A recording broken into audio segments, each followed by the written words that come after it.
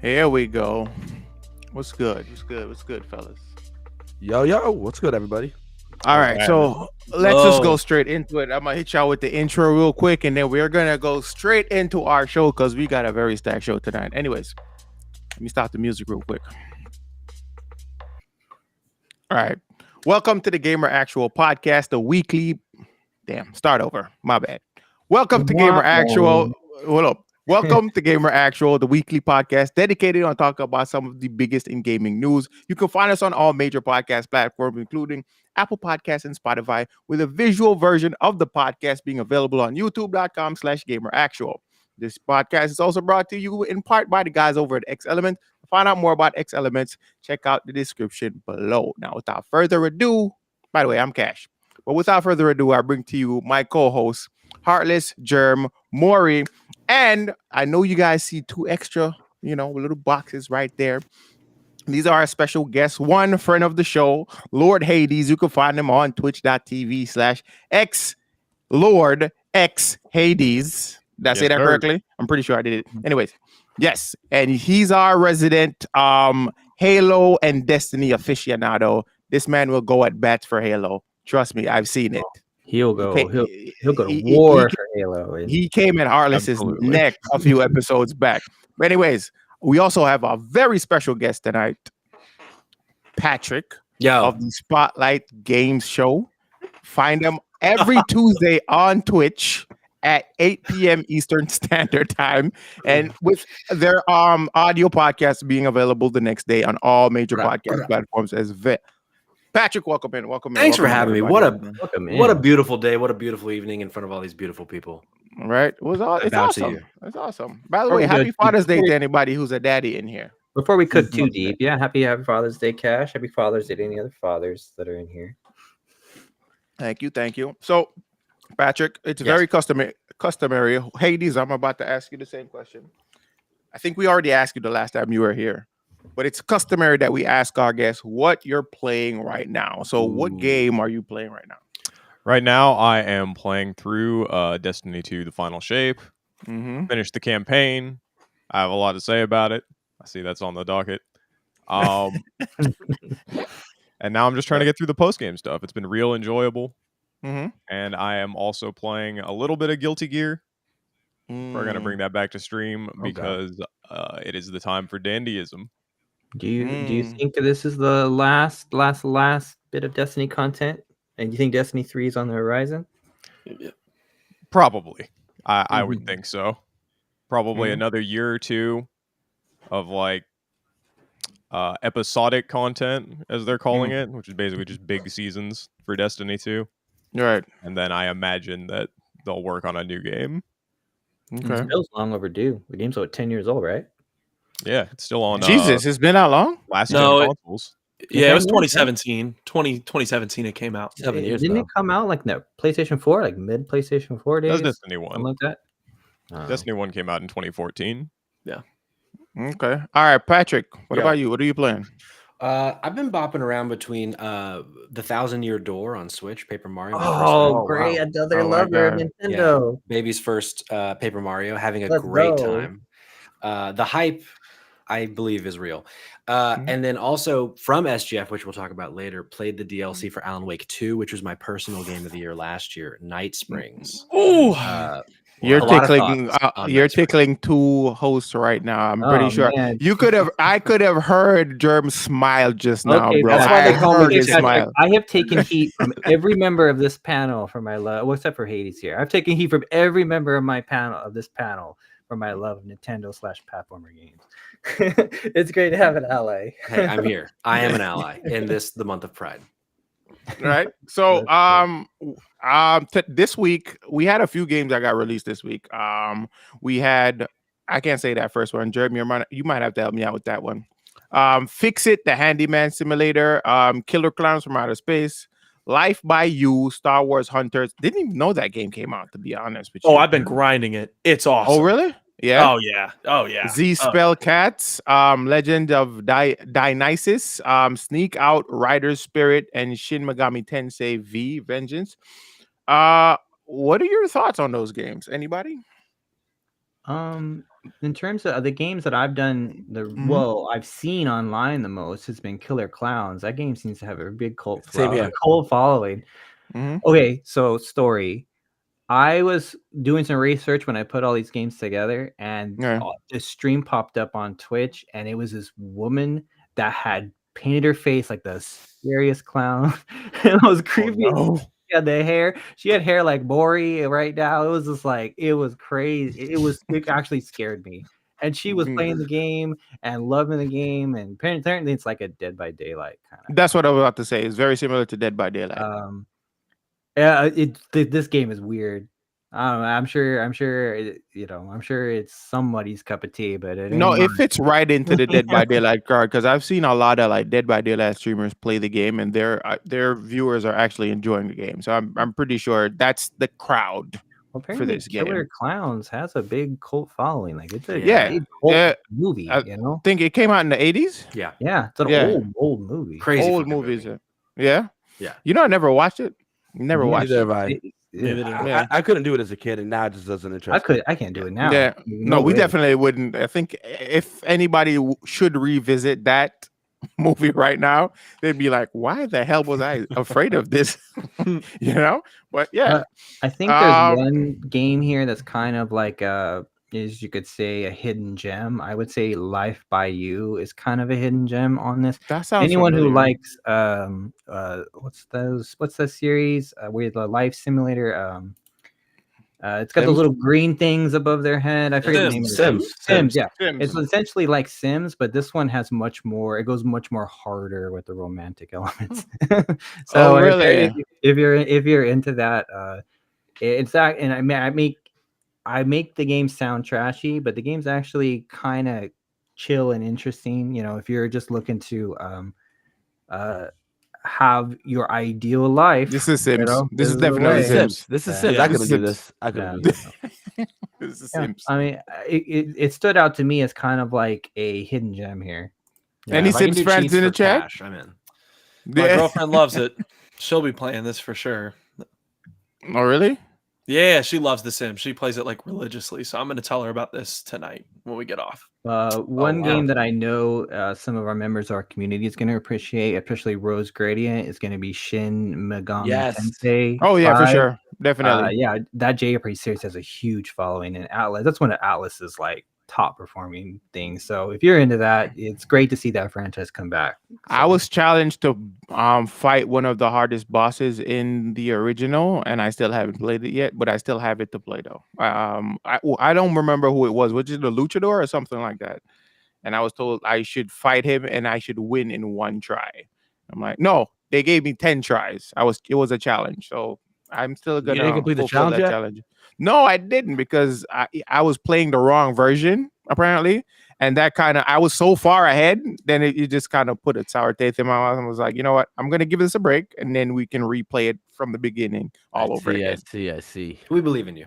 But I have to also point out that more RTS games. So it's like RTS games are really, really making. Is that Star Wars game an RTS game? No, Okay, it's a Fortnite clone. More like Fortnite, yeah. Wait. Hold on. With hero shooter aspects. Thank you. Yeah, I was going to say, okay, so I'm going to push Star Wars Hunters, because the whole point of this segment is for us to talk about stuff that we love. Holy shit. I have put more time into this game than I feel proud to admit. Every night when I lay down for bed, bro, I grab that Switch. Are you playing this on your phone, or are you playing it on the Switch? Switch. And good. Right answer. Because I would say if you're playing on your phone, man, bro. No, I wouldn't do that to myself. And I've seen people do it. It looks painful.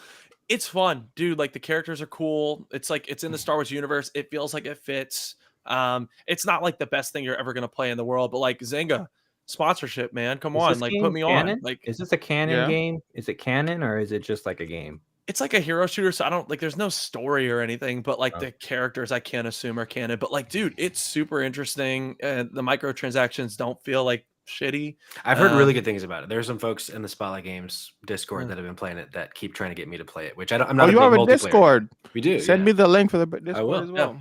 And then one last game I wanted to shout out was Riders Spirits. For anyone that is kind of interested in Mario Kart at all and want to play it with their friends. This game is a remake of an old Famicom classic. It's got the Mario Kart or OG kind of graphics and art style. So it's my opinion. If you're into those retro games and want to play them on your modern hardware, this is a good one to check out. It reminds me of You remember Top Gear? You guys remember that game from the SNES? I think this would be a That's fun what it looks Community like. Night game. I got a question though. Put it on your radar. Yeah. I think it'd be a fun Community Night. I hate to go back to the Star Wars game, but have we not reached the point yet where you can connect like a controller to your iPad or iPhone? Have we Yeah, not you gotten- can. Yeah. Some are. It depends. I not Apple products. Apple products. yeah, you are can. very. No, they're you very can. strict on Even that. Call of they have So you Call can of get- Duty Mobile. You can do that. You can get the Star Wars game and play it on controller off your. Yeah, you can Oh. like Xbox or PlayStation. Basically, as long as it's Bluetooth compatible, you can hook it up to your iPhone. Or Oh, Yep. that is so sick. See, I have Wow. a Victrix controller, Heartless, that has a toggle to switch to PC, and all you have to do is switch that toggle and plug like the receiver into the PC, and it'll work. Okay, that's really cool. With the Xbox Pro controller, I don't have to do any of that. I just double tap a little button and it just syncs up to my PC. I double tap it again and it syncs back to my Xbox. Wireless as long as you- players? Yeah, as long as you have a controller like that, it's a fairly plug and play situation. Other things, not so much. So So that's I play it. Third Strike a lot on my PC. You play with- Third Strike? with that controller, yeah. Okay. Okay. I was just gonna say we should definitely show some love to the DLC and expansions. There's two people who have beaten the final shape, me and Yes, Hades. sir. You know, like I got to hear your Mhm. thoughts, Hades. What have you thought of it? They really needed to knock it out of the park after Lightfall Yep. being as lackluster as it was, and they delivered. It was Yup. excellent. The challenge was satisfying. The new subclass, I don't know if it's good yet because I don't have all the stuff to make the build I want, but it's Mhm. so cool. Yes. Like, above all else, like, everything they've delivered is just sick. Excellent music, gorgeous environments. Yeah. How's that new and story? Probably the best dialogue that's been in the game in yes. years. So Hades, where do you feel Destiny can go from here? I think as long Spoiler as warning, by the way. Spoiler warning, chat. No, I mean just in general with the game. I don't mean like spoilers, but No, I'm talking about the video, the clips. Oh. This is kind of newish, I guess. I don't think it's spoilers, but Okay. the series can only go up from here. Apparently, they are planning on moving into other media. I don't know if that's like an anime or like movies or something like that, but they do have a department focused on it. And like I said, I think they probably have a few more years in this game, just releasing this episodic content that they're doing now, these like extended seasons. And then they'll probably move on to a Destiny 3 so we can finally be on new generation hardware. maybe Maury and Hades, maybe you guys can clarify for me because I've always had trouble identifying what the Destiny really is. Is it steampunk? Is it fantasy? Is it a It's shooter? Is it, if you what- combined is it Halo, Star Wars, Lord of the Rings, Borderlands, and put it Wow. in space. That's okay? that's a Because phenomenal it's always answer. been a big melting pot of a lot of different things for me, and I've had trouble like connecting Getting into with it? the game because of that. Because it's, I don't know, it just for me, it's that's the barrier entry for me. For me, But I the don't know. aesthetic really speaks to me. Something about Bungie games, and that's why I'm still a massive Halo fan. Mhm. It just hits me in all the right ways. Yep. Yeah. So Yep. perhaps it's an acquired taste, or maybe it's just not your Wait thing. a minute. But Why am I? Hades, how would I you think feel it's about beautiful. someone else jumping into Destiny that isn't Bungie? Because Bungie's working on Marathon, their new IP.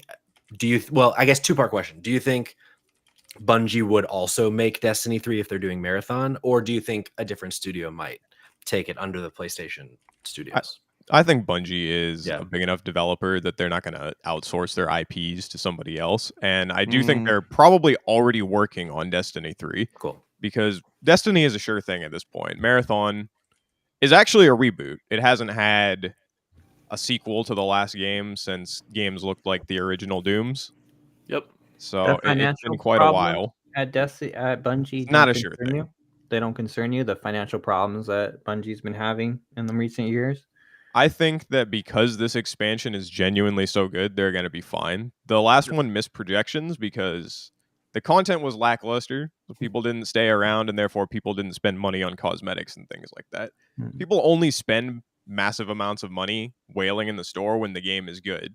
So since the game is good, I would say it stands to reason they're probably going to be reaping a lot of profits this year, especially because I got to say, as somebody who doesn't spend money on cosmetics in the store, some of that stuff looks amazing. For a person who doesn't play Destiny and has always looked at it from the outside, it looks like to me the sun is setting on Destiny 2. So do you think that it's going to be able to survive in a year like 2025? We're going to get into that a little bit later, but 2025 looks like a stacked year for shooters. So well, this is the final expansion for Destiny 2, right? Yeah, but it is. They're trying to release episodic content over the next 2 years. So the next thing they're working on is called Destiny Frontiers. That's their code name for it. I think we're all assuming that's Destiny 3. They're saying it's about 2 years out.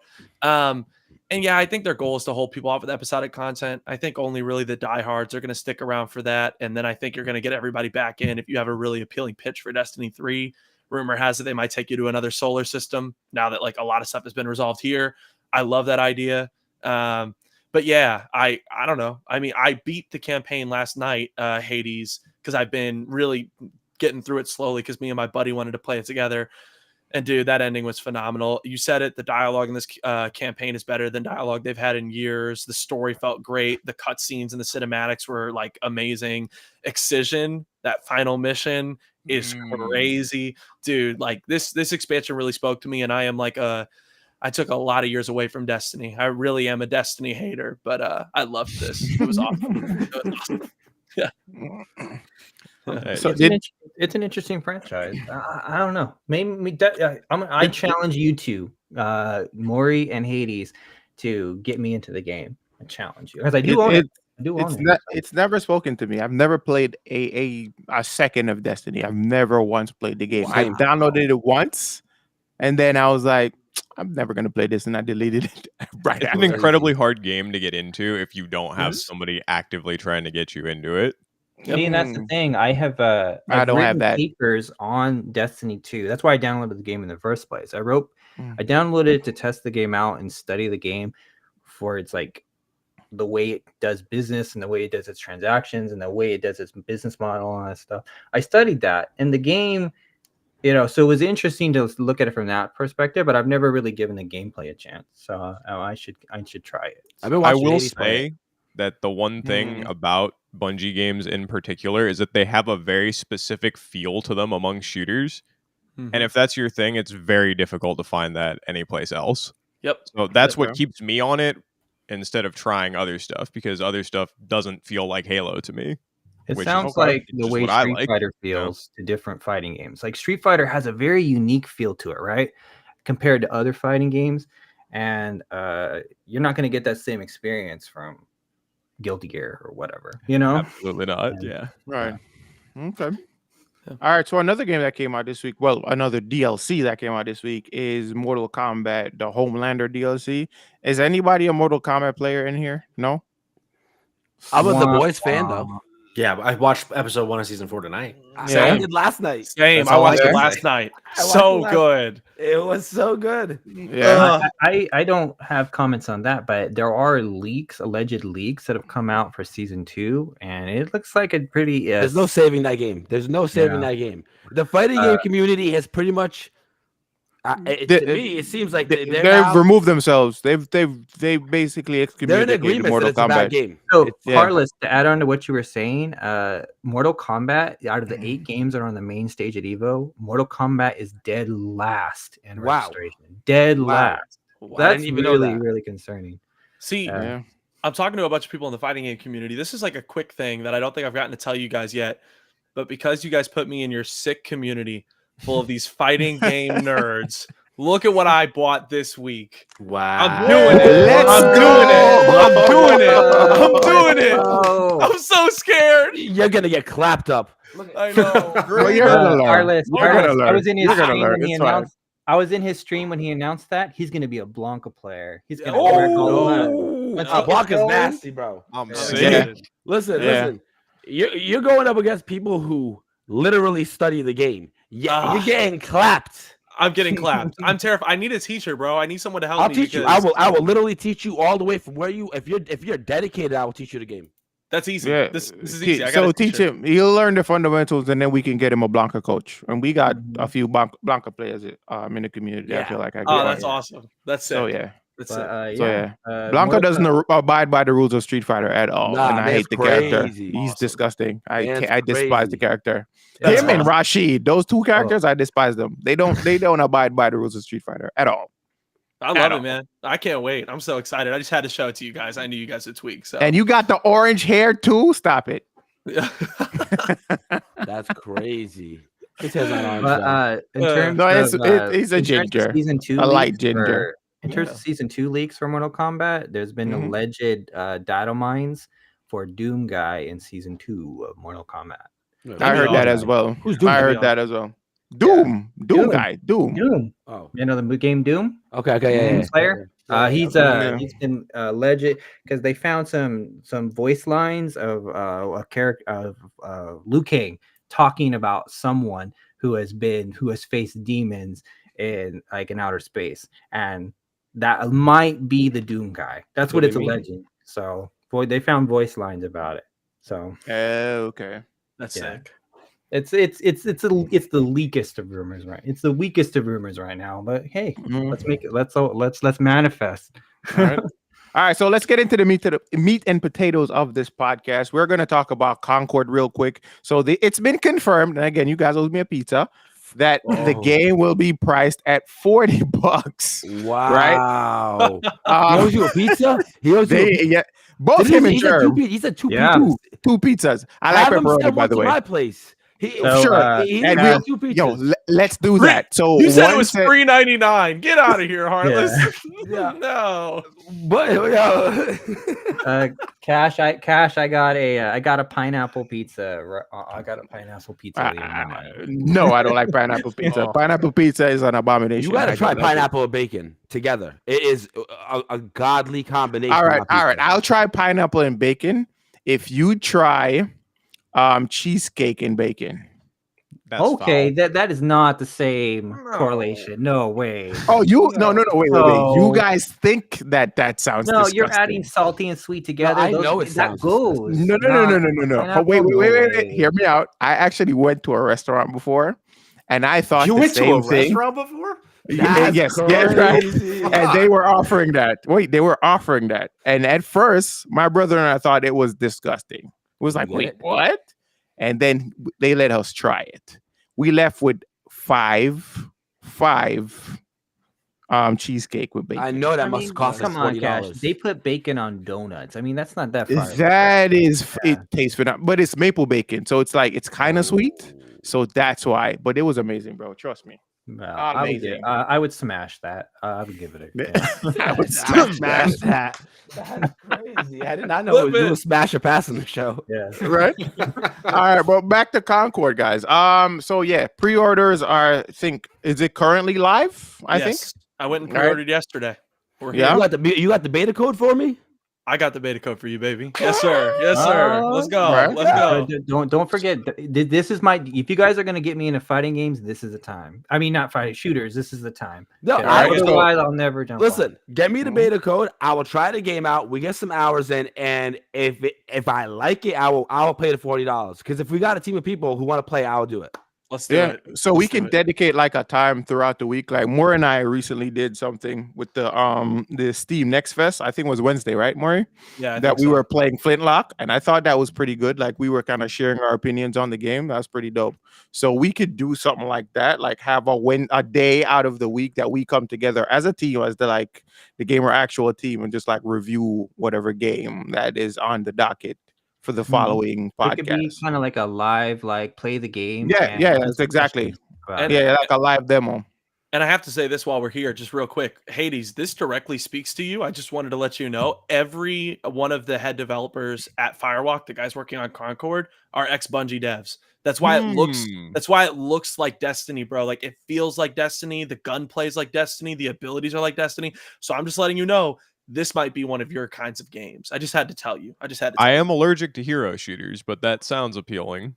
See, this might be your For a person who one. loves Halo, you're allergic to hero shooters. I know we're not. Halo I'm is not not a hero calling Halo shooter. a hero shooter, but I'm saying Master Chief. Halo's is an a arcade hero. shooter. Not a It hero sounds shooter. like you're calling it a hero shooter. Master Right. Chief A is a hero shooter is protagonist of that series, so it's essentially the campaign is a hero. He's a hero. So He's not like a no, preset no, character no, with no, inherent no, abilities. no. Right. In a multiplayer Off game. with his No, head! no, no, Off no. with his head! A hero shooter is not Respectfully, that. I A disagree. hero shooter is like Overwatch, Apex Legends. No, Mhm. if it Anything where has you play different characters preset with different characters with toolkits, preset abilities. Yeah, Yeah, that's yeah. a hero shooter. okay, That's so a hero shooter. BioShock is not a hero shooter, just to be clear. No. Hero No. shooters are more like arena style games where Okay. each character has like their specific, I like thought hero specific shooters trait. where you have one main protagonist. Marvel, the new No, Marvel no. game, that's a hero That's shooter. hero shooter. Exactly. That's a hero shooter. Overwatch is a hero shooter. Yeah, All right, Like, my yeah. misunderstanding. Oh, my misunderstanding. Paladins, hero Mhm. shooter. Yeah.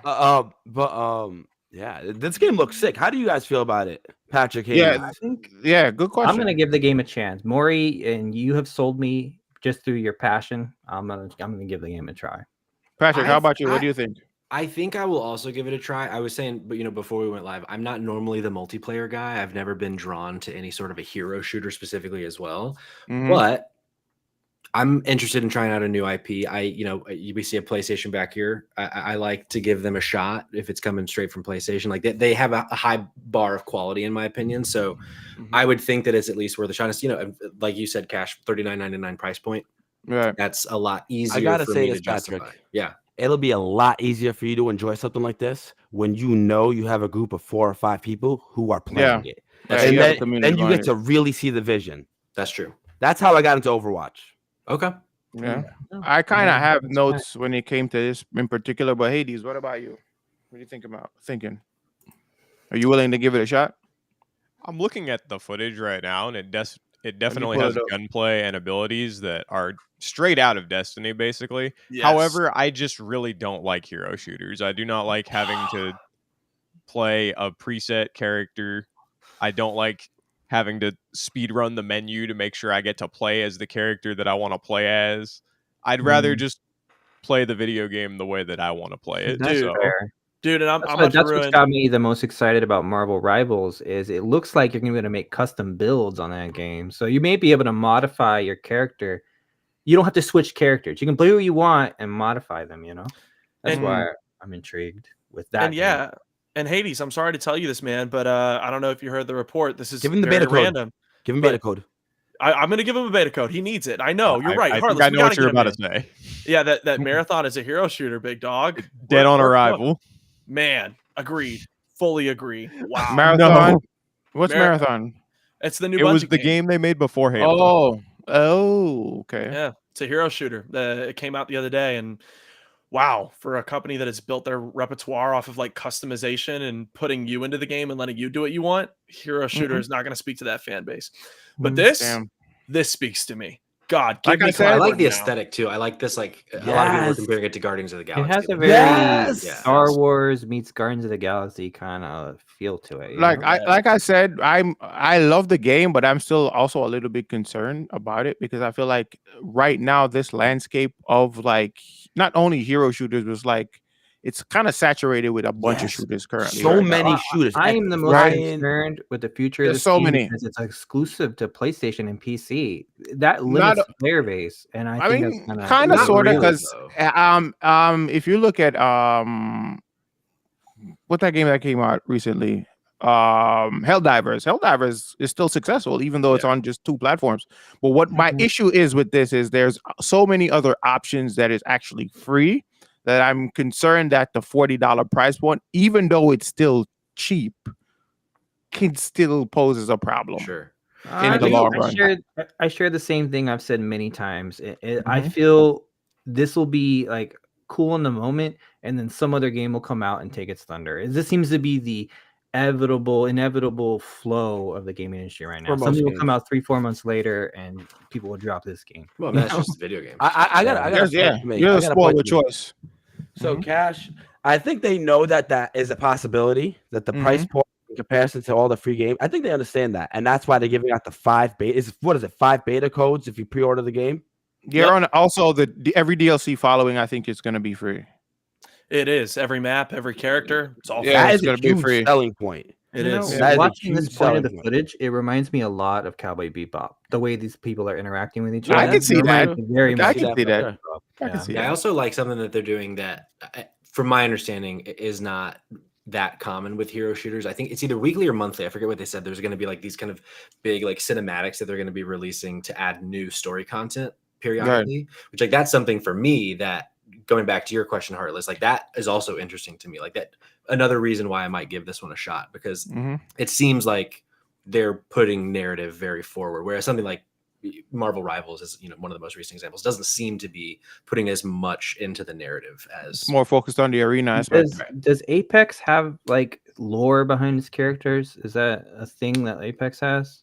Yes, think it yes, does. yes, I yes, think it- I think it does. Every time they do a new figured that. season, they have like a cinematic that kind of like Yeah. shows you why the map got rearranged and this is happening and stuff like that. So there's lore there. yeah, that's I cool. don't care. Hashtag bring back Titanfall. Yeah. please. One of the Agreed. things about hero shooters, and one of the things that like I think people enjoy about them, and one of the things that separates like hero shooters are not really that successful to ones that are successful, I think, is the expressiveness of the characters. So to see a game that makes people say, "Oh, it reminds me of Guardians of the Galaxy," or "Look at these people interacting like Cowboy Bebop." That's the reason why Cowboy Bebop and Guardians of the Galaxy are as popular as they are. They're expressiveness between the cast, and that's going to help this game in the long run. And to what Jerm was saying earlier, if people, Jerm said this game's going to be a fad and then the next thing comes. That's a possibility. It's always a possibility. But if you invest $40 into a game and it's giving you free DLC, that kind of combats. Okay. That kind of No, that makes combats a- that makes a lot of that sense. issue. In a sense, Yeah. I don't know. It might not combat it to save it. You could still fail while having that mechanism that you think will combat it. But Mhm. And if it's not fun, it won't fucking matter. It Like, won't they're fucking not matter. they'll Yeah. walk away anyway. Right. Yeah. True. Agreed. Yeah, that makes yeah. that makes a lot of sense. You may, and even if they have a season pass, maybe they'll have a thing where you pay $60 and it includes a season pass. Overall, that's still a deal, So, yeah, that's a good We'll see. strategy. It looks cool though, and I'm willing to give it a try. 5 free beta codes. We can all try it. So Mhm. Right. I'm excited to give this a try. I'm excited to, and you guys have to be patient with me, okay? I haven't played a shooter in years, okay? So, Germ, we got you, dude. This is the point of it. pick Another a thing- support character. another pick thing- the yeah, I character that love requires no support. aim. Support characters are my thing. That's 100% my thing. Whoever it is that supported this game, that's who I'm going to play. But Yeah. Okay. the another thing I love about this is I love that Overwatch is getting competition, because Yes. Overwatch has been the king of this genre for too long, and God, it it robbed my life. It really needs something else to like breathe, to innovate that genre. Are we ready to talk about the death of Overwatch?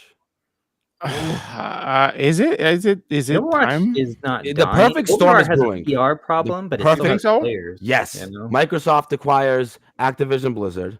They start taking over the production of the game. They drop from 6 to 5. So many hero shooters are coming out. The shooter market in general is getting saturated. Tons of layoffs all over the market. This is the perfect storm for a game like Overwatch, I think, to just lose its upper echelon type. Yeah. If there's one series that could get it back, like Overwatch, if there's one thing that could get Overwatch back to like glory, if you will, would be animes, Netflix shows, movies, that kind of stuff. And Like, Overwatch has a point. very strong lore. They have a very Yeah, it strong lore, does. so they It can has- definitely lean into that. It has huge amounts of lore that you have to search to find, Mhm. and it's really actually interesting. So it'd be great to just bring that to the masses. I would like for them to start and just focus more on Soldier 76. Yeah. Bro. And he'll be the main character of the entire show, and I will watch it. Yo, he's my favorite Perspective. character. He's my favorite character. I disagree. Why would he be a favorite character? Whatever. What? What? He's just so He is. simple. In a game about hero shooters, you picked a Call of Duty character. Yeah, because I'm a Call of Duty guy. Well, I came from Call of Duty. Okay, you win. Imagine Not if- only that, I just like the grizzly voice of Soldier 76. Imagine He has that Overwatch- gravitas. Imagine You know if that's Frank Overwatch- Tedesco, right? The voice of the Hulk. I did not know that was who voiced him. That's cool. Yeah, he's the voice actor for the Hulk in every like Marvel project.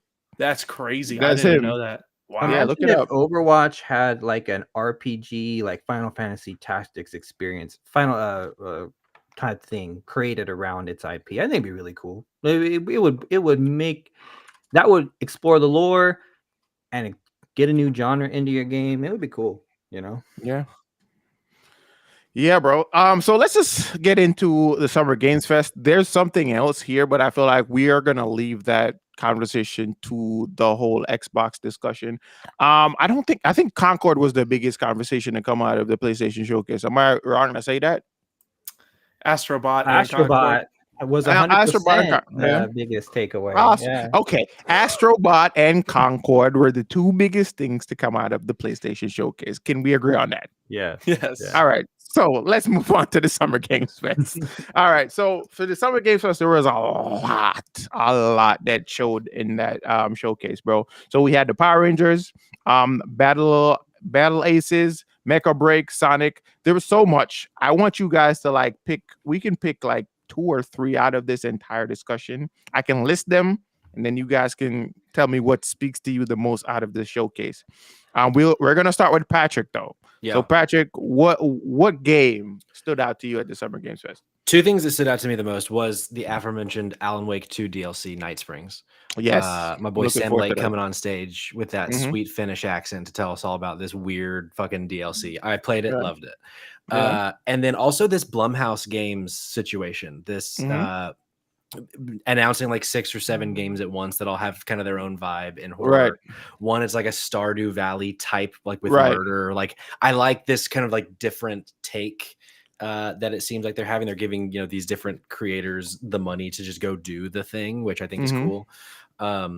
Those were the 2 standouts for me. You know, I think it was a good show overall. Yeah. Like I think things like Lego Horizon Adventures was fun. Like a lot of indie stuff that looked good. But those were the 2 standouts for me.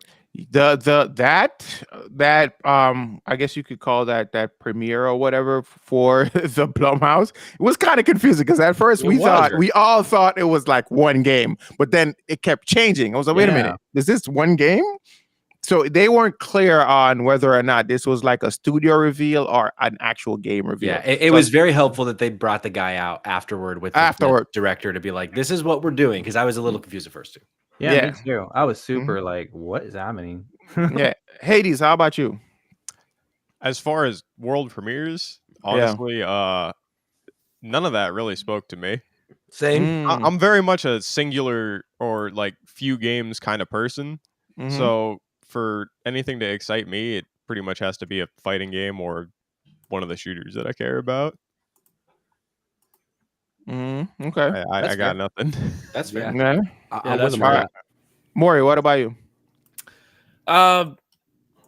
Yeah, rough showcases. I was looking back through it today. I was like, damn, fuck, nothing. Like, all right.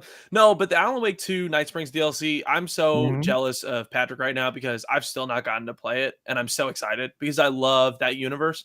I need to hop into that. That did a lot for me. That was like a point in the showcase where I was like, oh, this is great. So that spoke to me. And obviously the Black Myth Wukong gameplay trailer. Like I'm all in on that. I cannot wait to play Black I think Myth it's going to be the next Kratos for real. That guy. Oh, really? Yeah. Black Myth Wukong? He's going to be the next like Kratos. of, like, level. I know. I feel like this game feels like it's giving me Elden Ring vibes. Well, what I mean is like in terms of a protagonist in a game, like he's going to be like, the next, like Wukong? If you guys don't know the lore around that character, I know Journey to the West, bro. Listen, I know the story of Journey to the West. I think he's going to be, now that character is actually coming, you know, in a AAA title. I think it could be the next Kratos. You know, I had no idea that was an adaptation of something. That's That's what Goku's based off of. Yeah, it's part Goku's of based off of Wukong. Chinese lore. Monkey King. Have you ever heard of the Monkey King? I have. Yeah, That is the monkey. That's who Wukong is. I've missed this whole time. I was so shocked that you guys were so interested in Black Myth Wukong because like, who the fuck cares? In about live action, now I'm fucking his in. mind blows. In live action, we're watching his brain blow up right now. Right? Fuck. That's yeah, awesome, but I think dude. we might have the next Kratos in our hand. Like fast forward I don't know 15 about years, and he's that. got I like don't 4 know. games. We'll be talking about him in the same Yeah. breath we talk Kratos. I don't know. Like Souls games are never known for their deep, rich stories. Like, not that they are not full of lore and interesting bits. They are but I full don't. of lore. Yeah, I don't think. But we're it's gonna not get, like, on the some- forefront. I don't think the lore is on the forefront. Oh, It's more about the it's gameplay. same with Overwatch. You dig deep, Mhm. and it'll just blow your mind. Seriously. Yeah. Heartless, what about you? That game looks sick. That looks like a game Yeah. I'd love to play. I loved Elden Ring. I never thought I'd be into Souls-like games, but I love Souls-like games. Mhm. They got to be good though. There's a lot of Souls-like clothes. Yo, that Star Wars game. When I realized that it was like a Souls-like game, what is it? Jedi Survivor. Jedi. You have Jedi Fallen Order and Survivor. It was the first one I played, not the second one. And when Fallen as soon as I realized it was like a Souls-like game, I was like, oh, this is sick. And then I played the whole game with my brother. So Yeah, it's a more palatable and easier version It of is. like the Souls-like formula. It's not as difficult. And Yeah. this game is probably somewhere in the middle of those two. I feel like that. I'd agree with that. Probably a little bit easier than Elden Ring, and probably a little bit more difficult than the Star Wars game. Star Wars, yeah, I see that. The I game really looks like the insane. aesthetic. I really like the way the gameplay looked. It looked more like Sekiro than Elden Ring, actually. Mhm. I agree with that. You ever it had that Ghost of Tsushima kind of feel a little bit too. Question though, Yeah. you have a character. You don't make a character. No, because it's Wukong. There is a chosen protagonist. But he's There's also a protagonist. But he he's can cool, though. transform. He can transform. He has multiple forms. And you select his armors and all that. Yes, but Weapons? no, he has multiple forms. He can actually shapeshift into multiple things. Can you Like, customize those things? I'm not sure. I'm not sure about That would That's really why I'm set it saying over the he could top be for the me. next Kratos, like the Mhm. next Kratos, like big, Yeah. the big Yeah. like name. What does it take to be the next Kratos? How many titles? Kratos? He's had what 6 titles now, something like that. So, but what you get to 4 titles more than that. and you start. We can have. I think we can get to that conversation, right? Yeah, Right. that's what I'm saying. I'm just saying. I'm saying he could be. The next Yeah, Kratos. yeah. He's got that potential. Yeah. Okay. He's definitely interesting. Okay. Any other game, Heartless, or just that? Just Wukong? Yeah, just that.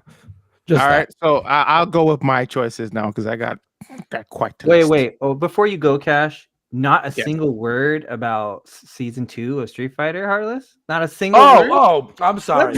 I'm You sorry. I'm ashamed of you. That's actually the most exciting thing for me from the whole thing. Yeah, I gotta The We say. lost whole our thing. minds. We lost our minds at that. We now. did Right now. lose our minds. We did lose. I thought we were talking about games and not Mhm. DLCs. Yeah. I bring up this conversation again. It is a Right. DLC a game. Right. But yeah, I gotta so- say, I put you on blast. those are man. actually the two Come on. things. Those are actually the two things. All right. So, Yeah. all right, here where I go. So I got a Power Rangers Readers Rewind because I love games like that. I just love community games. Like I love playing with friends. So that is standing out to me the most because it reminds me of like TMNT. That's what I want. Right? I'm looking forward to that. My pick. That's a squad night game. That's a squad night game for sure, hands down. Mecha Brick is also another one that is blowing my mind. It looks like Gundam, but it just looks over the top. It looks beautiful, looks amazing, and I'm looking forward to that as well. Sparking Zero, just kidding. I'm never gonna play Sparking Zero. I hate that game. I don't like that style of anime fighters I'm at all. so with you. I'm so with you. I'm just not, bro. I don't like it. And then there is where was it? Phantom Blade Zero is another one that I'm also looking I think forward I like to. that one as well. Yes, it's a very like over the top like action adventure. It's not a Souls-like. I think they're kind of toting it as a Souls-like, but it's more like it's way faster. It's similar to Sekiro than it is to Elden Ring. It's more of like fast-paced action. The graphics, like cinematics of that game is just over the top. It's beautiful, bro. And I think that's about it. I could be lying. I'm pretty sure. Oh, I just got another follower. Yeah. Welcome to the stream. Oh, hey, What up, y'all? What up, y'all? One of the regular Gremlinites. Yeah. Okay. All right. So yeah, I think that's pretty much it. Black Myth Wukong is on the list, but I kind of don't count it because I've been following that game for like 5 years now. Fair, So fair. I wouldn't necessarily. No, Killer Bean. I'm looking forward to Killer Bean Oh, as I well. hate You was hyped I'm about looking- that. You love Max Yes. Payne, huh? That's one of your favorite Oh, games. huh? why wouldn't you? Has anybody seen Killer Bean? Patrick, have you Yeah, seen like, Killer Bean? I anything that did. is That remotely that similar trailer to had Max me Payne. You're laughing. just like, That whoa. that is like a cult classic in my mind. A lot of people don't even know that was a movie before. That's an actual movie, and it's from like the graphic the art director or some graphics guy from The Matrix. He made his own like movie with Killer Bean, and now it's a video game. So I'm looking forward to that as well. Another big one that I'm very excited about. I'm sorry, but I'm going to keep going. Batman Arkham Shot. Hell no. Let's move on. Thank God. Yeah. No. No. First of all, let's talk about that trailer for a moment. Like, so Why? what? You revealed a Why? story trailer about this the rat villain. Like, that is the most lamest reveal of a story ever. Just See, Reaper just said it. Killer Bean was awesome back in the day. Thank you, Reaper. I felt like I was alone. Nobody else knows this. Nobody else knows about Killer Bean, bro. If we're including Yeah, I think I get new Mhm. gameplay, I actually think the first Descendant looks kind of cool. First Ascent is going to be awesome. July 2nd. Looking forward to it. It's like a Destiny hero shooter for weebs. Yeah, I was playing. Yeah. I played the beta. We enjoyed it. Like a lot of people enjoyed it. So I know. I have people in the community that are looking forward to it. But yeah, I think overall, like I said, we all. I think it's unanimous. It's at 6. This showcase was sitting at like a 6. I gave it a 7 at one point, but now that I'm thinking about it, I'm agreeing with you guys more. It's a 6. Like there wasn't anything that really stood out to me I per was se. originally 5.5, but based upon the Mhm. volume of content we got, yeah, I'll raise it to 6. Yeah. Yeah, I'm sitting at a 6. But yeah, let's move on to the Xbox showcase. Well, I don't get a turn. I don't. Oh, get my a bad, turn. Jer. Oh, my Yeah, Maury apologies, doesn't get Jer. a Don't turn? shoot. Oh, All right, go ahead. Go ahead. In terms of me, yeah, you stole my pick. Cash, the Power Rangers. We all can have. We can all have it. Huge fan of the beat 'em up genre and the TMNT game that came out recently. I play it still from time to time on my Switch. So yeah, I'm excited about that one. It looks basically like a palette swap, and Oh yeah, definitely. it seems like the trend of RTS revival is continuing because Sid Meier's 7 got revealed. That I didn't think that they were going to do another one of those, at least anytime soon. I'm not surprised, but I just didn't expect it. So that was kind of cool. That's on my radar. And I want to shout out this Outer Sloth program that the Among Us developers are doing. Oh, that's right. Yeah. I wanted to bring attention to that because I think it's a brilliant idea that they're working to establish sort of like a fund to support indie developers, especially in today's world where there's like layoffs in the industry and maybe people are looking for jobs that got laid off. I think this is brilliant. I'm 100% behind this. So the more details that come about Outer Sloth, I'm gonna follow it and support it. That was that's one of the highlights of the Summer Games Fest for me, for sure. And I agree with Patrick. I think it's a brilliant thing that those developers are doing because like Alan Wake 2, one of the Game of the Year contenders, and it's so highly praised with the people that have played it, but many people haven't, So it's kind of great that they're combining, their IPs like that. I think it's brilliant, absolutely brilliant piece of marketing. So I'm a fan. All right. Anything else? I was just gonna say real quick, Outer Sloth. They're working with a studio I really love. They made a game called Venba. I'm just shouting that out. Oh my God, Patrick, I love you. Are you kidding? Not kidding. Top 5 game of last year for me. Same. Okay. Venba's fucking incredible. Oh my God, Patrick, you just made my whole week because I've not met anyone else who's played that game. So that's awesome. Go play Venba. Men are so simple. Go play Venba. Right? What? Very simple, bro. If you ever want to learn how to make Indian food as a video game, play Venba. Yes, and it's such I've seen that game before. Yeah, but it tells a really beautiful story along the way. Narrative of that game, like everything about it was so good. And so I actually got to have a small interaction with the game's director on Twitter. And so knowing that they're getting into that creator fund so that they can make their next game was so exciting. So Jeremy, I just want to say thank you for bringing up Outer Sloth because that was awesome. It's brilliant, and to be honest, 100% something that I would personally back. I would support something like this than buy a game because I think it actually puts money in the hands of people that are looking to better the gaming industry. You know, they're thinking beyond themselves, and I'm so behind that. You know, I like that. So, Yeah. All right. But yeah. So like I said, this showcase was pretty mid, I'd say. But let's talk. You guys want to move into the one that everybody was talking about, or do you want to move to the Ubisoft? Are we The going in? Xbox. All right, the please. Xbox. All right, sure. I think we should talk about Ubisoft because there's a lot of overlap with what was revealed at the Ubisoft with what was revealed at Xbox. Xbox? Yeah, think like so? Star Wars, and It's smaller too. It's shorter. So let's close out with the Xbox conversation. Let's kind of like jump over that and let's hop into the Ubisoft stuff. So Ubisoft Forward, we didn't get to watch that live, unfortunately. We kind of had to watch it individually. But what are your thoughts about the entire showcase? Patrick, I'll start with you and then we can work our way around. I think I really liked the Ubisoft Forward, which might be surprising, but I think it's because I don't think all showcases are created equally. And I think what Ubisoft was trying to do, they did really well. Their goal, I want to get you to buy Star Wars Outlaws. I want to get you to buy Assassin's Creed Shadows. Yeah. We're going to tell you some other things in between. You know, we got some new Prince of Persia stuff, like where the fuck is Beyond Good and Evil 2?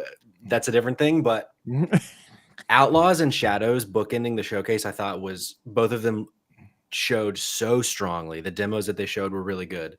And there were some interesting things in between, like mostly not stuff that I am super interested in, but comparing it to old Ubisoft Forwards from years ago, theirs was always the most boring of the bunch. Just way too much them trying to be funny and trying to just have bits. And I think they've learned from that. And I also like, going back to your point, Jerm, about Outer Sloth, I like that Ubisoft Forward ended with like, hey, here's all of the developers working on the games that are here today. Let's highlight them because, it's the people making these games. So I like that kind of human element at the end. I preach that. Like there were artists that put these products out. We give the companies a lot of hate and a lot of praise, but there's always faces behind this, and we can never forget that, Yeah. So is it anywhere near as good as the Xbox showcase?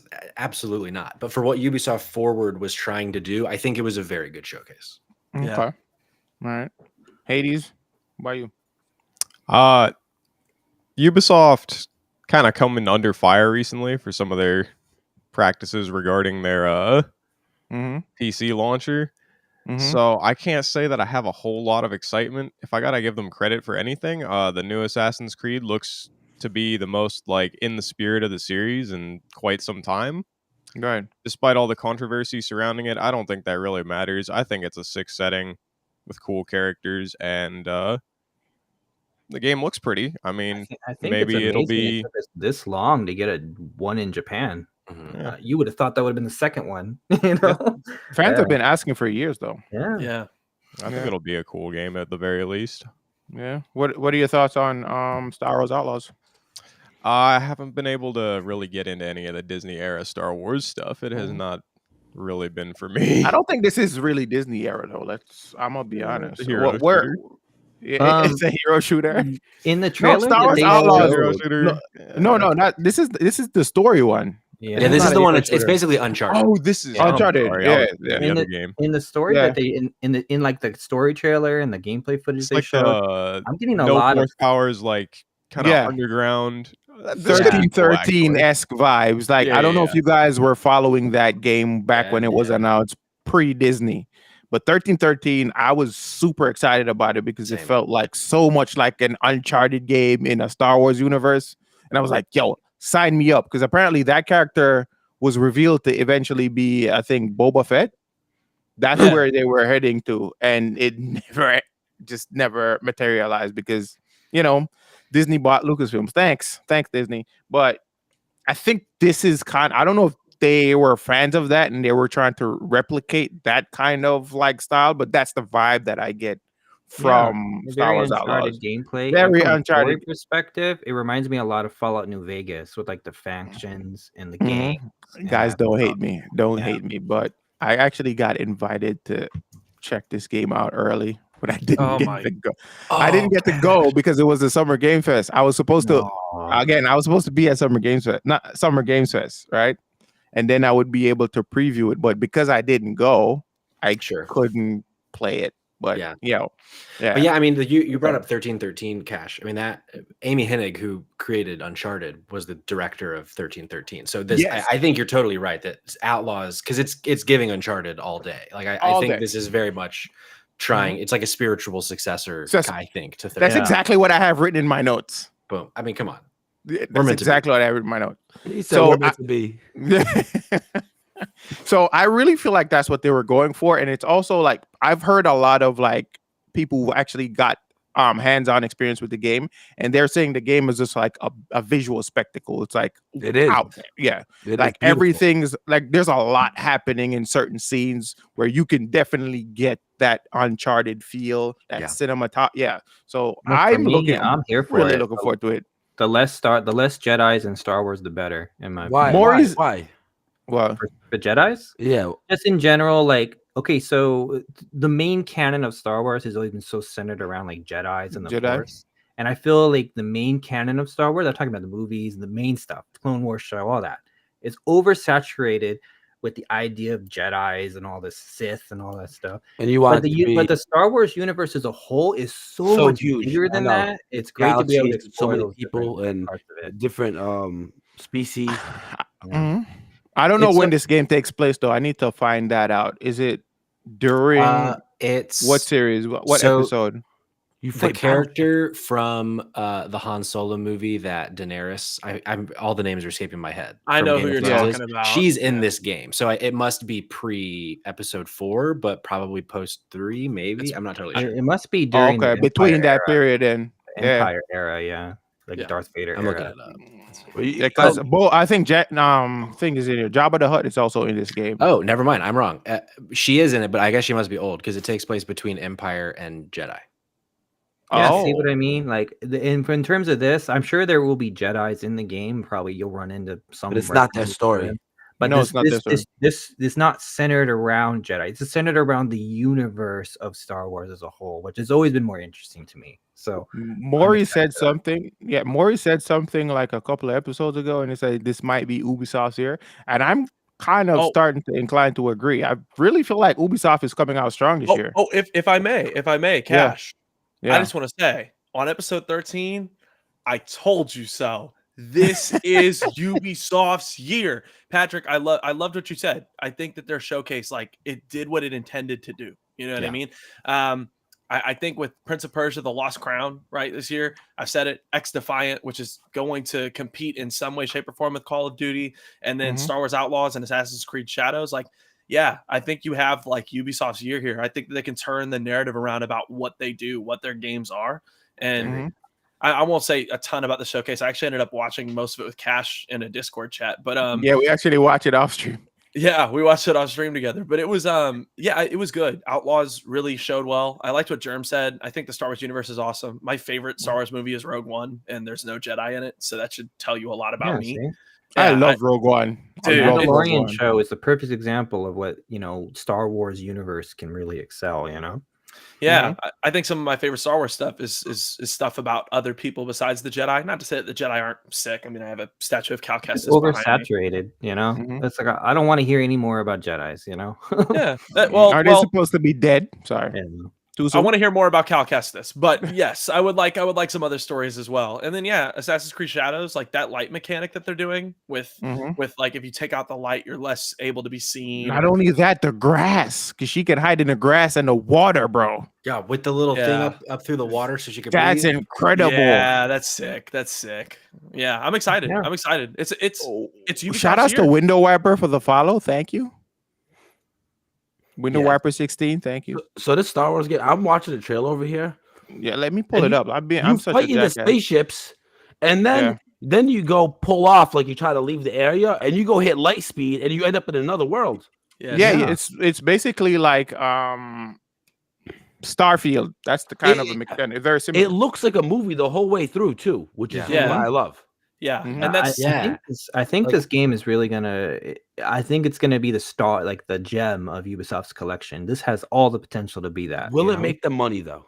Yeah, I feel like it will. I feel like it will because the more I see, the more impressed I get, and the more I want to play the game. And I'm pretty sure it's the same thing with other people. We've seen it happen with other games where they get acclaimed, but then they just don't bring in the money. Star Wars It's too sells, though. expensive, you know. I was about to say, this is guys. This is Star Wars. So does Spider-Man. Spider-Man sells. Yeah. This is Star Wars. I mean, Bro, oh my dude.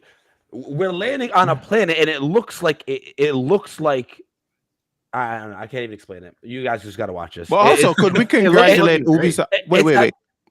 Could we also congratulate Ubisoft for doing something very smart that EA never did, which is release a game not close to Call of Duty's release? That's what they did with Titanfall. But anyways, keep going. Can you skip ahead to the 3 minutes and 50 seconds? 3 minutes, 50 seconds. 50 just seconds. watch this, guys. So you just got done with the battle, fighting the battleship. She's in hyperspeed, yeah. You just shot down ships.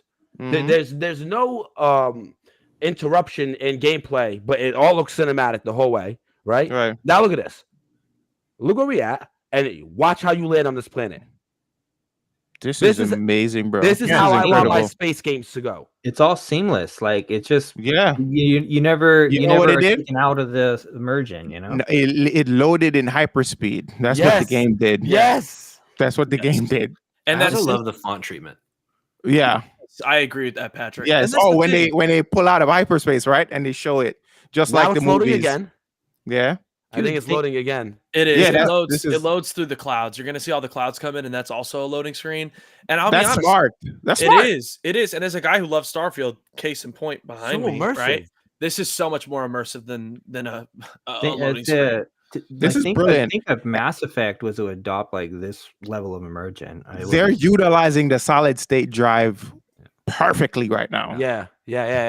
Yeah, I was so impressed with it. Like I was, I like Star Wars, like we all do. It seems like I was gonna play this game, but it wasn't like This is one of my most anticipated games now. After this trailer. Yeah, I agree. And it's like 2 months away. It's like right around the corner. Yeah. Another thing I'm appreciating too is this is not a Souls-like. So it's kind of like if you're tired of Souls games, play this. Which is I consider oversaturated. Yeah. This is brilliant. Brilliant move by Ubisoft to go this direction with a Star Wars IP. Brilliant. I applaud it. When I first heard the announcement of the game, I'm like, why would you make another Star Wars game when we already have Jedi Survivor that's going so strong? But now that I'm seeing it, it's a totally different direction. It goes back to what I said. For the people that are not, they don't care about Jedis like maybe they did once at one point. Look at this writing. This is so much better. This is actually giving me a lot of nostalgia for a few of like the old Star Wars games that I enjoyed when I was a kid. Jedi Academy, the Battlefront games. Like, love Jedi Academy, bro. Love Battlefront. Love Battlefront. Jesus. The game looks beautiful, bro. Yeah, absolutely beautiful. Yeah. Like, look at the setting. Look at the landscape. I mean, Halloween. This is literally like the Halo, the Solo movie, the Han Solo movie. It's going to be actually good. Version of something like that. Yeah, and they said the four. It's going to be on at least 4 planets. I don't know if they've said if there's going to be more, but yeah, one of them's Tatooine, which we've already seen. Kijimi, which I think is from the 9th movie, and then 2 other planets that I've not heard of: Akiva and Tashara. So I'd love seeing new planets in Star Wars. I think the real question is going to be: is any of us signing up for that Ubisoft Connect thing? No. Nope. No. I would rather pay $70 and just get the game. Same personally. And have it in my collection and just vibe out. But the game, so they have different price points. So Patrick, we already talked about it on previous episodes. So their price point is like $130. The highest price point is $130. What was the other one? Like 90? 109. How much do you have to spend? $109 for to get all the levels, one, and then $70 for you would have to spend the $130 because they lock some of the story elements behind the paywall, which I think is lazy. Oh, that's the price for this game, $130. Because they lock some of the story points behind. If you want DLC, all the content, that's terrible. That's disgusting. Extra missions. You buy the 130 version. I think it's the Jabba mission, the Jabba the Hutt mission. I think it's locked behind a paywall. So I can wait for a sale. I can wait for a sale. It's not a season. I wouldn't call it a season pass. I guess you could call it that. I guess you could. Would a game like this even go on sale? Because they're pushing that whole Ubisoft. It would go on sale. Eventually, these games always go on sale. Can we let Maury speak? If they're trying to push that Ubisoft, Maury, would a game like this ever go on sale? That's my question. Yeah, I'm going to clarify just about the extra missions. Trust me, I'm not getting paid by Ubisoft. I'm not in their pocket. Those missions are always buns and they are additive and they add nothing to the story. That has been every Ubisoft game that's ever come out. So what I will say is I'm not spending $130. I'm not spending $109. I'm going to spend $70, play it the day it comes out, not 3 days early. And that extra mission comes out in time, like usually a year what later. is up with that 3-day early access? Why do you need 3-day early access in a single player experience? Because people will pay for it. Yes, exactly. That is scummy. It's the fear of missing out. It's the fear of missing out. Yeah, missing out on what? We all have jobs. Not making content. Making content. Content creators mostly. If I'm gonna stream this, I can stream it 3 days earlier than everyone. Then there's gonna be a lot of hype, and there's gonna be not a lot of competition. The content creator tag. And there's I don't know so about much that. content out there for us to consume that they want this to be in people's hands as soon as possible because they want it to be in the conversation as soon as possible. Exactly. Yeah, but I personally, I understand that for a multiplayer experience, but I don't know about that. Look at this next planet. Oof. Yeah. But so me personally, the thing is, what I hate about like locking story content behind a game's launch, I think that is very sleazy. I just hate that feeling of like, why would you do something like that? If you release this this DLC like later on and you put a price point on that, I could see that. That's fine. Like what Elden Ring is doing. Yeah, you're letting me feel like now I'm missing out just because I don't want to shell out an extra like $40 to $50 playing this game. You understand what I'm saying? You bring up a point though. It's really no different than if the extra missions came out 6 months later for $30, $40. It's really no different. Yeah. Right. But it just feels for me bad. Here's my overarching point for any conversation like this comes up in the future is I hate paying early for content I may not even like. You know what I mean? Is if I'm gonna pay, for all the content in the game, I want to know for sure that DLC content I'm gonna enjoy. And this shit is gorgeous though. Yeah, and I don't. It is that for me. I just don't know. I would only want to pay for what I'm actually gonna enjoy and play. I'm actually gonna buy this because I know my brother will actually play the whole game with me. Oh, I'm playing this for sure. And I might be playing it day one. Yeah, you will be, Cash. We love that. Yeah, so I'm in line with Maury here. I'll buy the $70 version, and if Kessel Runner bonus packs, there it is. I'll buy them individually. See, let's look at this. So the Kessel Runner bonus pack, it's a skin.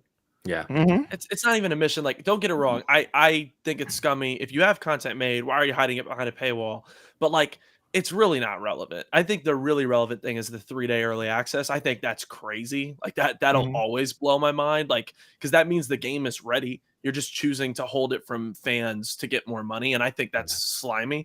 The extra, like the Kessel Runner bonus pack. I don't know. The one thing I will say about this game that makes me very excited, Patrick Polar Comics. Thank you for the follow. Let's go. What's up, Polar Comics? The one thing I will say that I like that Patrick pointed out is that we know that there's going to be at least 4 planets. This was my biggest gripe with Starfield the whole time is you didn't need 100,000 planets for it to feel alive. You needed to make 5 planets feel very, very potent. And I'm really happy that it seems like they're going to keep this within a solar system. That way you can build out those planets. You can make them interesting. There's not entire dead zones. It's not procedurally generated. It's all intentional. I agree big time. Star Wars. Like this is Star Wars. Star Wars is supposed to be spaceships and planets, and this feels like that. I mean, I really got to hand it to. They understand Star Wars. Whoever they made this game, they really do. All right, so let's move on. We've been sitting on this Star Wars. We've been pining over this game for a long time. No, but it's a very good looking game. It's a very good looking game. Like I was very hesitant at first because not that I don't have faith in Ubisoft, but like it's just. I don't know how I didn't know what to expect from this foray into the galaxy far, far away. But another announcement that came out was the Prince of Persia Sands of Time announcement, which I have a lot to say. But we'll start with our guest. Patrick, what are your thoughts? Are you a Prince of Persia fan? I am a Prince of Persia fan, but I've not played The Lost Crown yet. I have it. And well, that's not totally true. I played it for like 30 minutes and then I got pulled to something else. I forget what else it was.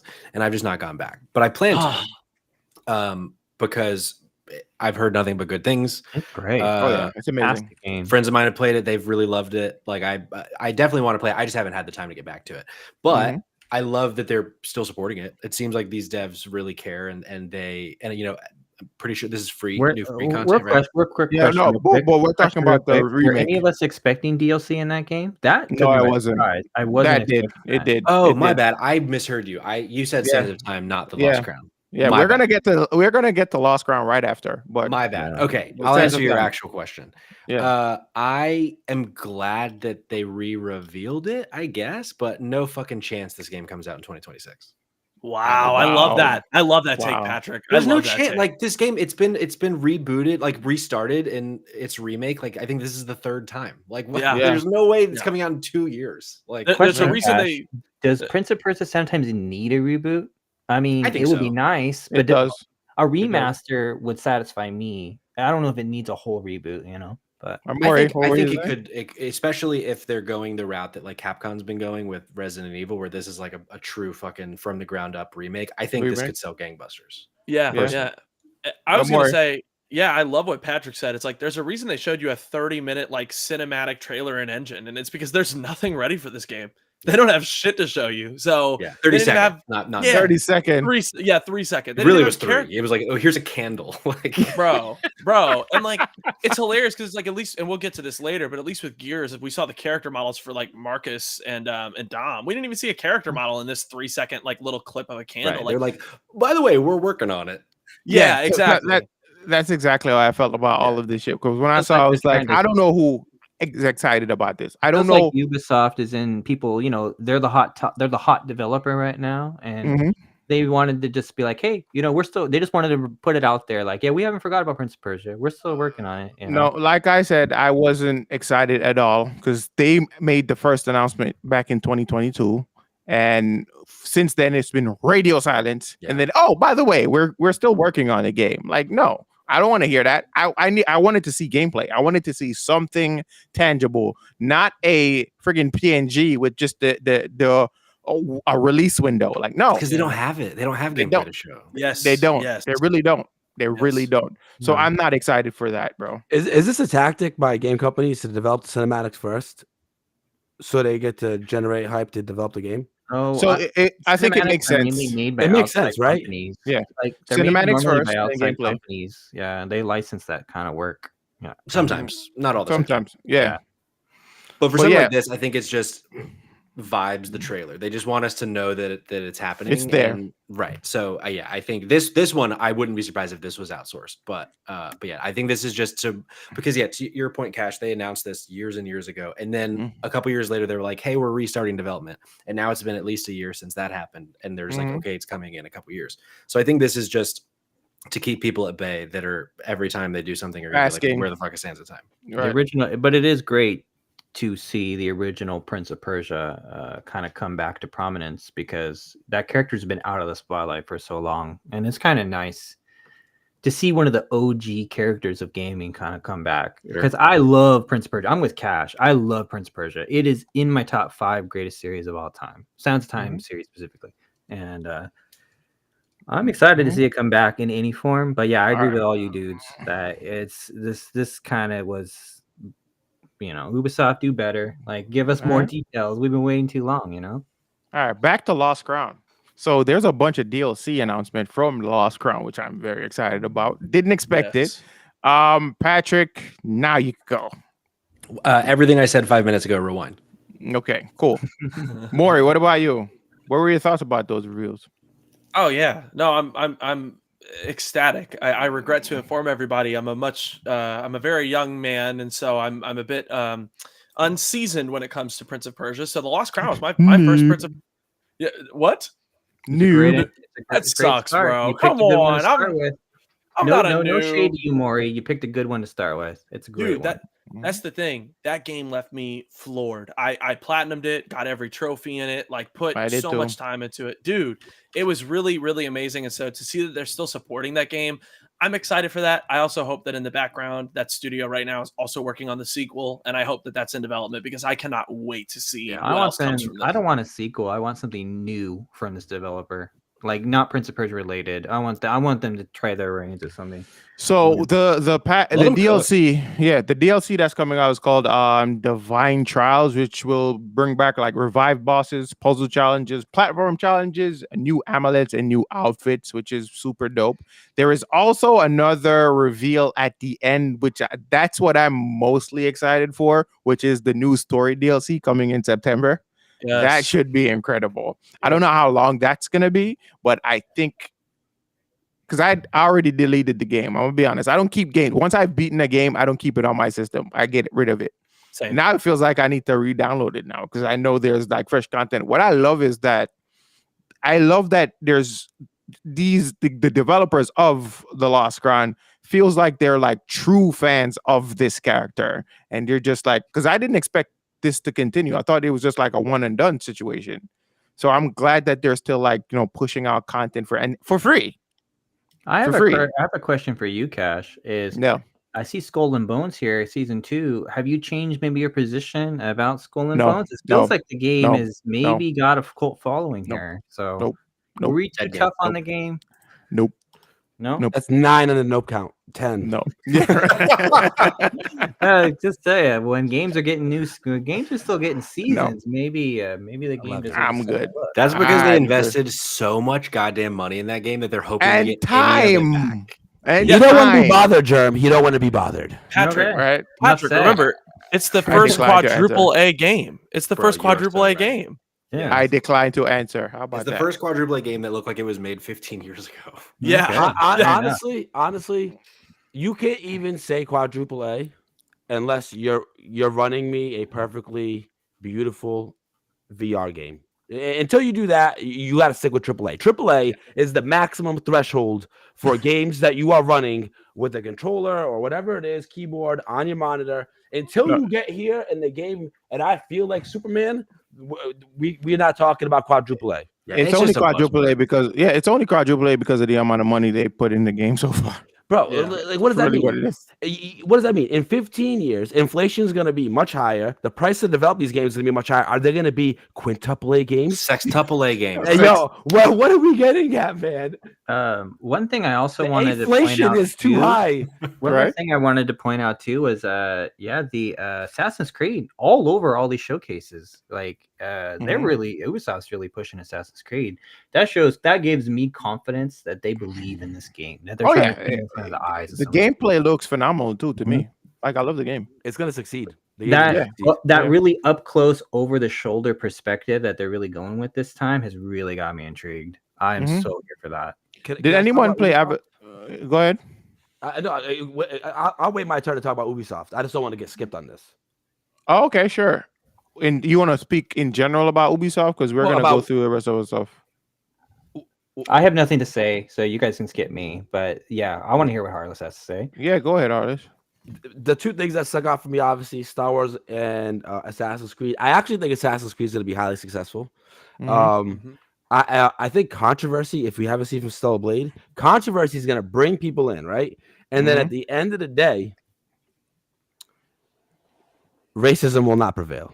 So people are going to get their attention on the game, and they're going to say, I really don't care what these pricks got to say about this. Yeah. They're going to buy the game. I think that the game and its mechanics look great.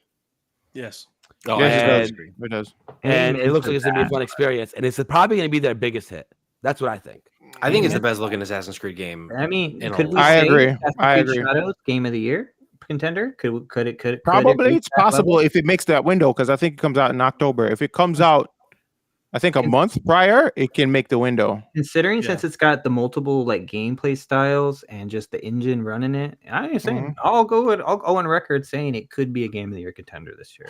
All right, so another reveal that was also here. Sorry, X Defiant and Avatar. Let's start with Avatar first. Did anyone play the Avatar game?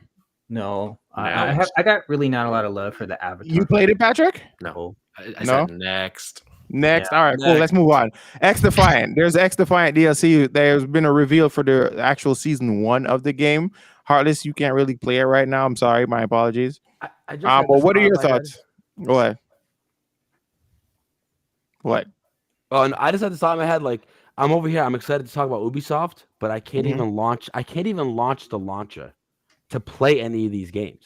You're You not know the only what's- person though. A It's lot of such a people are fuck having up issue. on You know Ubisoft. what solved that, Heartless? Nice. Buy a console. Wow. Buy a That was console. I solved think- it right I He's think away. actually Ubisoft- right on this. I've considered getting an Xbox for the Yeah. games from EA and Ubisoft, but I don't want to use their malware launchers. I think there's no way that they continue forcing you to do the Ubisoft launcher. They're They're missing out gonna have too to. much. Like you got to take the game to where the people are. And Steam. Steam, Yves for sure. Guillemot over Mhm. in Ubisoft Montpellier, he's too smart for that. Like there's no way he's not gonna you know what I mean? Like Right. I think they're trying to make it a thing, but I think they're gonna give up because Prince of Persia: The Lost Crown, by all intents and purposes from this panel, a fucking incredible game, is not selling because no one on PC is buying it because no one like what you just said, Heartless. It doesn't even fucking work I for you. personally Yeah. Right. Yeah. don't fully agree with that take. I mean, I respect what you said, but I don't fully agree because I personally play Prince of Persia: Lost Crown Yeah, on but- Switch. So No, but the game's I not think that's selling. I think that's I think that's the ideal way to play it. Sure, personally. but it's still not selling on It's PC. not selling though, Germ. It's No, not but selling. what German's saying though, it's not selling. Yeah, if it's not Yeah, it's selling, not selling. then it doesn't matter. It doesn't matter. Yeah. If Again, it's not selling on Switch, then it doesn't matter. And I want to clarify this. I said this on a couple episodes back, but I like what Patrick brought up because it's not like PC players cannot access this game right now. Look at Helldivers 2. It's a great example, right? Without its PC sales, it's not within the top 20 of all time PlayStation selling games. With PC sales, it's number 7. PC matters. If your launcher sucks and people aren't buying it on PC, you're not going to hit the numbers you need to hit. You're just No, not. big facts. Big facts. Yeah. Yeah. Mhm. I don't know. Right. So right now, according to Insider Gaming, to date, Prince of Persia: Lost Crown has only sold 300,000 copies. You That are is a lying. crime. You are Yeah. lying. I'm For not a game lying. the game is phenomenal, I know. bro. So It the critically fact that acclaimed. Like What? you get it on Everybody Steam, loved that it's in- game. A lot of more people are going to buy that game. everybody, even people who don't like side scrollers, Heartless, you would enjoy the game. Yeah, Heartless, you'll see in about what You guys 3 weeks, keep 4 hyping weeks, these you're things gonna up. Three see more it. episodes. If Three there's more 3 episodes. more episodes, I'm gonna have to play a damn platformer. Yes, you are. Yes, You're you playing, are. You're playing more than just a platformer. You're playing the Lost Crown. Exactly. It better. Prince of Persia: Lost Crown. I swear it better slap. Heartless, I promise you. I promise you. If I play this game and it don't slap, I'm looking at y'all different. Okay, can we put some ground Okay. rules on that for a moment, Cash? Like, What? Heartless, you have to put at least 10 hours into the game. I Ten. got you. I got you.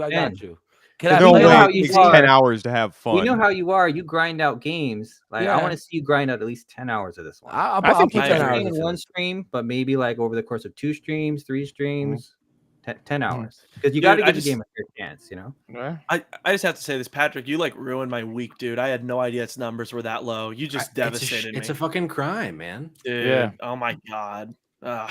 And they're with the still amount that they're putting out investing into, content. because they're building more DLC, they're building more Right. story DLC, they're investing into this game. There's no way that they don't bring it to more to more gamers. And the only way they do that is to put it on Steam. I think You're right.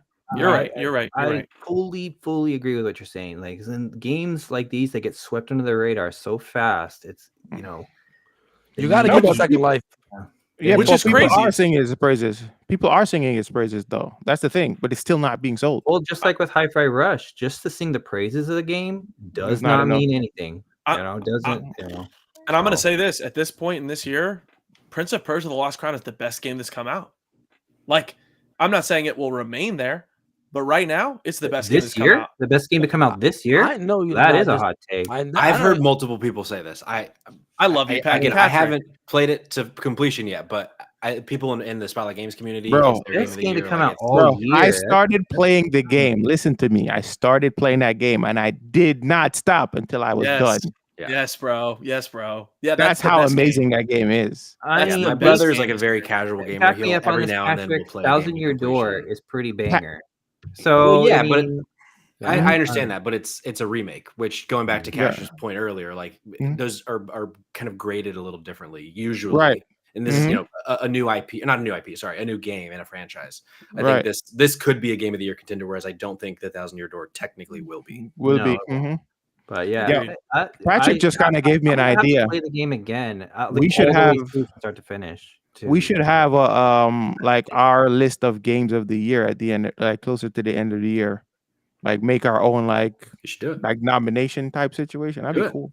Yeah, The gamer That's action. Let's go. guys, in the notebook Yes. that I created, there's Gamer a Actual. spot for game of the year. If you guys have, topic, anything you want to throw in that little folder. All right. Question real quick, and then we. Sorry about this, Cash. I wanted to know, Patrick and Hades. Can we get you guys back at the end of the year to do our top 10? Let's do it. We can do a super podcast and just do a big amalgamation of everybody's podcast all together. Yeah, the way we do it on our side is because I just have the like one the co-host. UN. We So many rank the people games and give panels. them like a number values. Like number 1 gets 10 points, and then number 10 gets 1 point. Throw it all in a pot, and it's just like science at that point. Like what game got the most points from the whole panel? Just an idea on how we. Yes. Oh, okay. I like that. Brilliant. All right, so let's switch the topics up a little bit. We're sitting at Ubisoft for a minute, and let's go to the show that everybody's been waiting for. Let's give Maury a minute. Is it okay, Cash? We're back into Xbox. Can we talk about Beyond Good and Evil not being at the showcase since we're on the topic of Ubisoft? Oh yeah, for sure. But yeah, so Maury's gonna stifle though. Keep going though. For those who don't know about the Beyond Good and Evil, you guys got to get on board with this. It's an old classic Ubisoft title. Do you know about this game, Patrick? Oh yeah, love the original. Played it so much on the GameCube. There has been some the 20th anniversary edition trophies have appeared online, and there's a trophy in there that hints at a remaster or remake of the game dropping this year. So that's really exciting news, but people are really surprised it didn't make its way to the showcase because it's hinting at it to be re-released this year. So yeah, more news to come. I just wanted to say that before we switch. We're on Ubisoft. But Beyond Good and Evil, guys, it's almost here. I can't. Allegedly, I'm excited. Allegedly. Last time we saw it was like what 2-3 years ago. Yeah. And it was the first time we had seen it in like 7 years. Yeah. So now it's almost 10 years. Game's dead. Anyway, the original is so great, and I would love to see. I would love to have a whole new generation experience how great the original game was. If people get their hands on the original, they'll be like, "This game is 15 years old? No way!" They'll trip. But yeah, let's get over to Xbox side of things, right? So Xbox, boy, I don't know. Like even people who aren't fans of Xbox was like, "Damn, that was actually a pretty good showcase." So, what are some of your takeaways from the Xbox showcase? Patrick, I'll start with you. What's something you're looking forward to the most? Like probably list like 3. Top 3 for me. I can't fucking wait for South of Midnight. Oh my god. Oh my god. South of Midnight. Oh my god, Patrick, dude, I want you in Intimate Ways, dude. I love you. Dog. Man dropped his whole Master Chief act, and this became a rom-com in 5 seconds. This might sound hyperbolic. This might sound like I'm just losing my mind. I have not been this excited about a new IP in like 15 years. There is something so different and cool about South of Midnight. I love its aesthetic. I love this like stop motion look. I love the protagonist's like design. You're on a fucking building-sized catfish in the swamp. Like the vibes are immaculate. And then they finally showed us gameplay, and it looked awesome. It was like it kind of reminded me of Infamous. Like, can we get this game on the screen? Yeah, let's get some fucking B-roll. That game reminded me a lot of Horizon, like gameplay wise. Sure. Very similar. Yeah, I can see that. Really big fan of that. I also Mixtape, which is Mixtape is coming from the people that did the game's escaping me. It came out last year. The Artful Escape was their last game. I didn't really vibe with Artful Escape, but I love the vibes of Mixtape. And then I was surprised at how good Fable looks. Yes, dude. All we've seen so far was cinematics, and we mostly only still saw cinematics. We got a little bit of gameplay, yeah. But I'm very, very excited for that. And you only said 3. I'm going to throw in a 4th. I thought Metal Gear Solid Delta was going to be dead on arrival, but that was the first time that the trailer convinced me that this might actually deliver. As a remake. But yeah, I mean, come on, look at this. Look at South of Midnight. The most hyped Dude, was South of Midnight looks phenomenal, Is this running at 20 frames? So it's a graphical choice. It's like a stop motion. Yeah. like Spider-Verse. When the exactly. gameplay happens, it doesn't look like this. It's smoother in the gameplay. I just have to say this real quick because Patrick, you literally, dude, you've made my week multiple times now. Patrick, on one of the most recent episodes, I said South of Midnight has been my most anticipated game, period. Like there's nothing else that's topping it. And seeing this reveal, it looks so good, dude. It looks so good. Oh my and I'm so glad we actually saw gameplay. Yes, because animation style.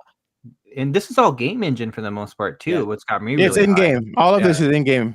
I got to be honest, dude. Going into the showcase, one of my predictions was that it was going to skip this year. I didn't think we were going to see it at the showcase. I didn't think we were going to see it either. Wow. And I'm so glad we did because look at the movement. The movement is pretty similar to the cinematics too. If you really look at it, really a fan of this art style. Yeah, you know, it's just it's a great artistic vision and very identifiable, very unique. You know, I'm so and there's this cool thing that later in the gameplay it shows a little bit of the combat, and once she like defeats whatever she fights, like the world around her like it comes back to life, which I think looks fucking sick. It looks like Kenna. It reminded me of that, not the newer one, the one where you clear out this goo and the world comes back to life. It was kind of like that. No, it reminds me more of Kenna Bridges Spirits. I don't know if you guys are familiar with that game, but it's very similar to that. What was it? What's that called? What game? Kenna Bridges Spirits. I think Vicky was playing that last year. Yeah, I started. That's one of my early games that I started on stream. That game's difficult, right? Yes, it is. Yes, yeah, but it's a very fun game. It's actually created by it was a movie studio turned into a game developer that made that game. That game was phenomenal, bro. Isn't it Ember Labs? I think that's what their name is. I think so. So this is beautiful. I think that you're definitely going to be able to go into the settings of this game and decide if you want that stop motion effect to be on, or if you want. Yeah, I think so. And I bet you could probably have it on in the gameplay as well if you wanted to. Yeah, no, I will agree, or I will admit, I would like to have kind of a couple minutes conversation about that. Is why a graphical quality more important than gameplay? It's distracting. That's it. It's just distracting. I think gameplay at the end of the day is more important than graphics when in games. Like, I will stand on that. I will stand on gameplay should be what you decide to play on. I agree with you, but like let's look at that Star Wars game. The fact that it was so beautiful and they chose such like the way they did the loading screens left you feeling like you were immersed in the game. I think that plays a huge role, and that is good. That is going to attract me to that game. Graphics wise, I'm only going to get to enjoy like cutscenes or graphics one time, maybe really at the first time you watch it. But gameplay, I'll come back to that forever. Bro, so I think look at this gameplay game. should be And if I may just phenomenal. And I just want to hop on this real quick, just regarding South of Midnight. Just again, I want to say this: Compulsion Games, they did Contrast, which was a launch game on the PS4. They did We Happy Few. These guys get atmosphere, they get tone. They really do a great job building out their worlds. I am so excited to see what they do with this universe, with this story. Like this game has been my most anticipated game since that initial release, with Death Don't Have No Mercy being the song of the trailer. I think it was like a year back. Dude, it was.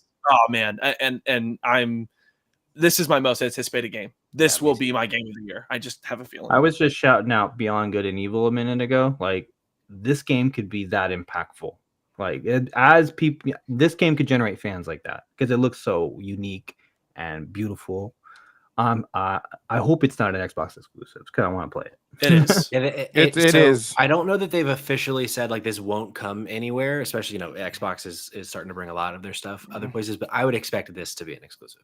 Yeah, at least timed. It might be a year. What if that kills this? It won't. Yeah, I don't think so. I mean, it could, right? Like, by killing, I mean not selling enough to cover the costs, because we have to recognize games are expensive, and you may not sell enough to cover. And if you don't sell enough, then you don't get to see another game. So, yeah, but I'll say this, and I understand the conversation being had, but what I will say is that I think Xbox right now strategy, they're calling it Project Latitude, deciding what games come to other platforms versus which don't. You can see like what they're doing with it, right? Doom: The Dark Ages, it was announced that game is coming to PlayStation. I think they're taking some of their bigger titles, right? Like I'd assume Doom: The Dark Ages, I'd assume that eventually Elder Scrolls 6, and they're putting those on other platforms so that they can have their games like South of Midnight be exclusive on Xbox. I'm not saying that it will be exclusive on Xbox. What I am saying is that if it is, it's not going to be a problem because their intention. Death to all exclusives. I kind of understand what Maury is saying, and I actually like that thought process. I kind of agree with that. Yes. Yeah. They're taking specific games that they know are going to sell a lot and putting those on other platforms so that they can have this on Xbox exclusively. I'd assume. I know, I agree. And Jeremiah, I agree with you that I think open the audience up to a game that's kind of the development cycle is pretty much done with. The money's off the books already. So they're trying to squeeze a little extra money out of games that are already at full development. You know what I mean? Sure. Yeah. Patrick? Yeah, no, I think, Jerem, what you said about like death to all exclusives, I think we probably all agree to it. Like, ideally, every game would come everywhere, but that's not the nature of this business. Like, the way that PlayStation sells consoles, the way that Xbox sells consoles, the way that Nintendo sells consoles ties to exclusives. That's what I'm saying. It could be though. If we, I know. I hear you. I just think consumers fought against it enough, it could be. That's all I'm saying. You know? I hear you, but I think, like, looking at Maury's background, Starfield's coming to PlayStation. I guarantee it. And it's gonna sell fucking gangbusters on PlayStation. And those are the kinds of things that are that help fund things like South of Midnight, that help give Xbox the ability to put all their games day one on Game Pass when there's absolutely no way they're making a profit on it. But now that they got Call of Duty, like these things that bring in so much money, it's all, it all balances out on their budget sheet, I'm sure. Right. Yeah. All right. So Hades, because we sat on that for a minute. Yeah, what are your thoughts? What are your takeaways? I want to hear what Hades has to say. What are your takeaways? What is what games are you most excited for from the Xbox Showcase? Oh, well, I'll start with the one I think will generate the least discussion. The Starfield DLC actually looked pretty phenomenal. I liked the aesthetic a lot. I was super excited for that game when it dropped, and then due to performance issues and just kind of like falling off of it, like other stuff to play at the time, it didn't really get the shine it deserved. So I think this is like a good opportunity to get back into it with something that really speaks to me. Horror? Horror? I didn't know you were a horror guy. That's cool. I do like cosmic horror a lot. That's my favorite genre of horror. Like Dead Space? Dead Space, Hell yeah.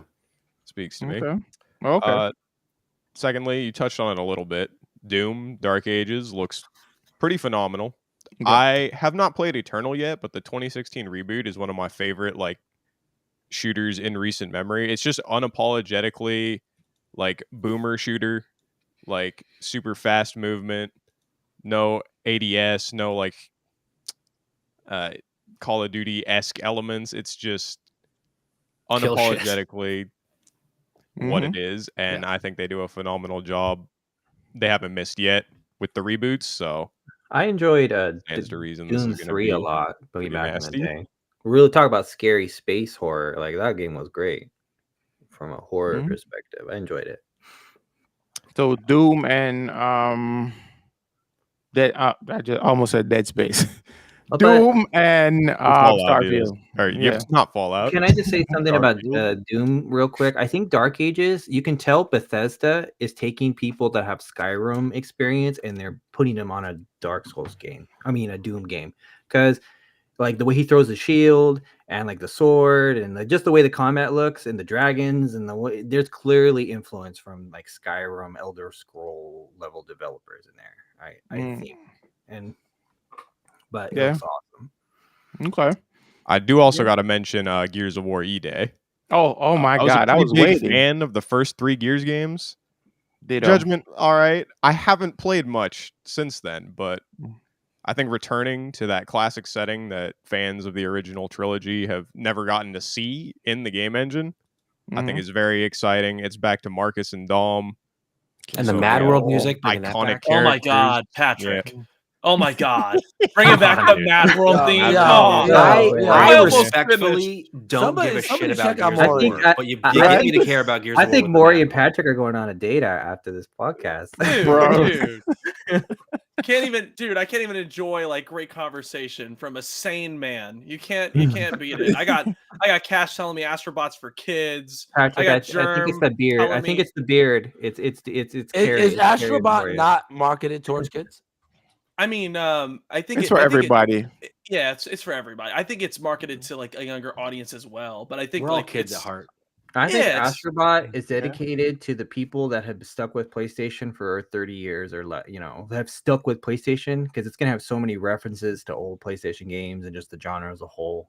It's gonna be a greatest hits album of all of PlayStation. So I'm really excited about that. I don't know who mentioned this, but apparently Cliffy B actually did reach out to Xbox and said he wanted to be attached. Did Maury, were you the one who brought that up? So if he's attached to the Gears E-Day, that is actually yes. Because he had a passion for Gears. Yes, he definitely 100%. So if he's attached to it, I have way more faith in Gears of War than I ever did before. Yeah. Maury, I'll go with you. Thoughts? Dude, Sounds of Midnight. We already know that. Right. Here, give me 1 second. I gotta grab something real fast. Oh god. Oh, here we go again. Oh my god, best showcase in years. Get the fuck out of here. No. Okay. Halo wasn't even there. No Halo. I know. But I have to say this. That was the best showcase I've seen in years. Agreed. I there was not a second that I was unpleased, dissatisfied. It was a great showcase. My highlights, my takeaways, because that was the question I was asked, and I don't need to rant. Doom: The Dark Ages. Holy shit, that game looks awesome. That game looks so good that I've been playing Doom Eternal on my stream every day of the week. Like that should give you all the information you need. That was a game that I visited in 2019, put an hour or two in, and I was like, I don't get it. I watched the Dark Ages trailer and I was like, well, you're going to have to get it, motherfucker. Go back and play that shit. Like you're going to learn how to appreciate it. And I've loved every second with it. So Doom: The Dark Ages stuck out to me a lot.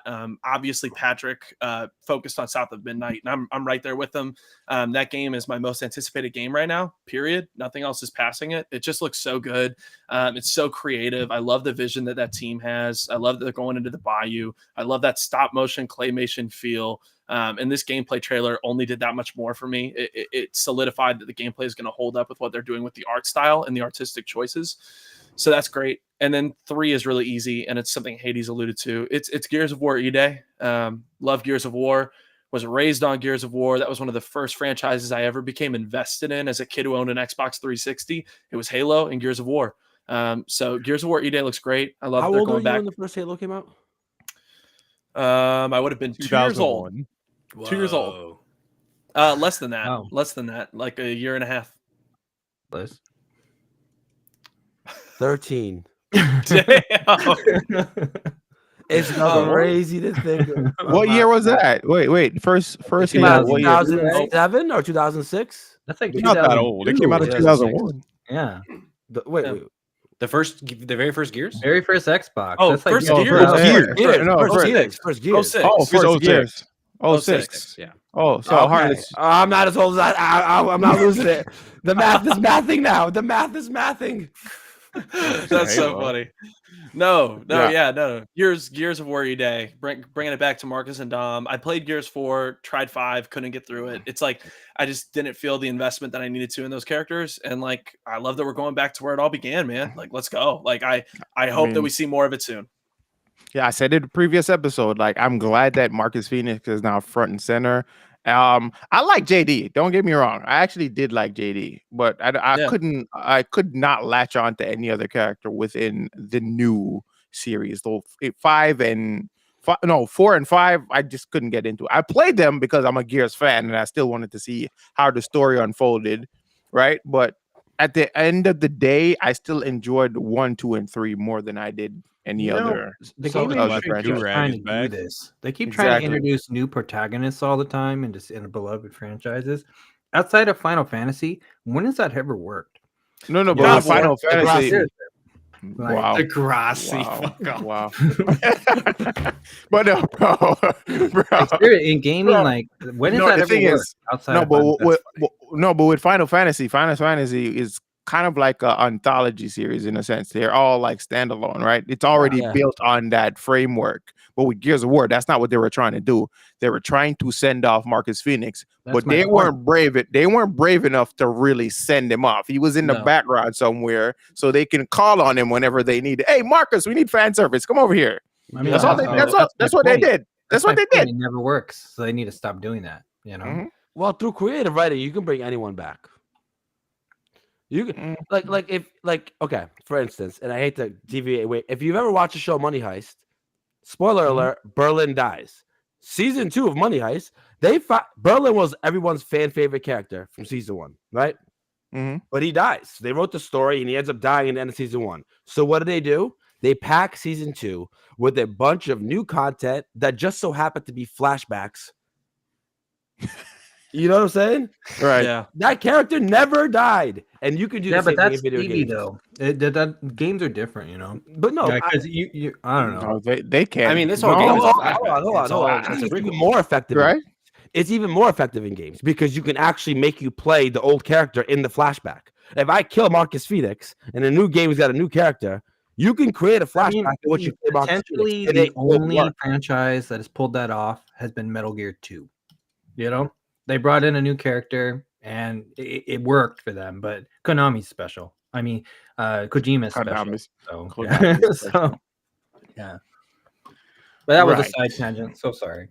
All right. So, Harless, what is your takeaway from the Xbox showcase? Did you have anything that stood out to you? Xbox. I feel like Assassin's Creed. Wow. Assassin's Creed. Any lows for anybody here? Because I have a low. Like go Patrick. For me, the low was Warcraft expansion so soon. I was not expecting that. Warcraft takes like 5 years in between expansions. Who would have thought that they would come out with 2 expansions in 2 years? But hey, that was money. Money. Blizzard has never done that before. This is unprecedented territory for them. Biggest miss for me, which thankfully has now been fixed, was how did Dragon Age the Veilguard look so dog shit at the Xbox showcase, and then they show it 3 days later and it looks fucking incredible.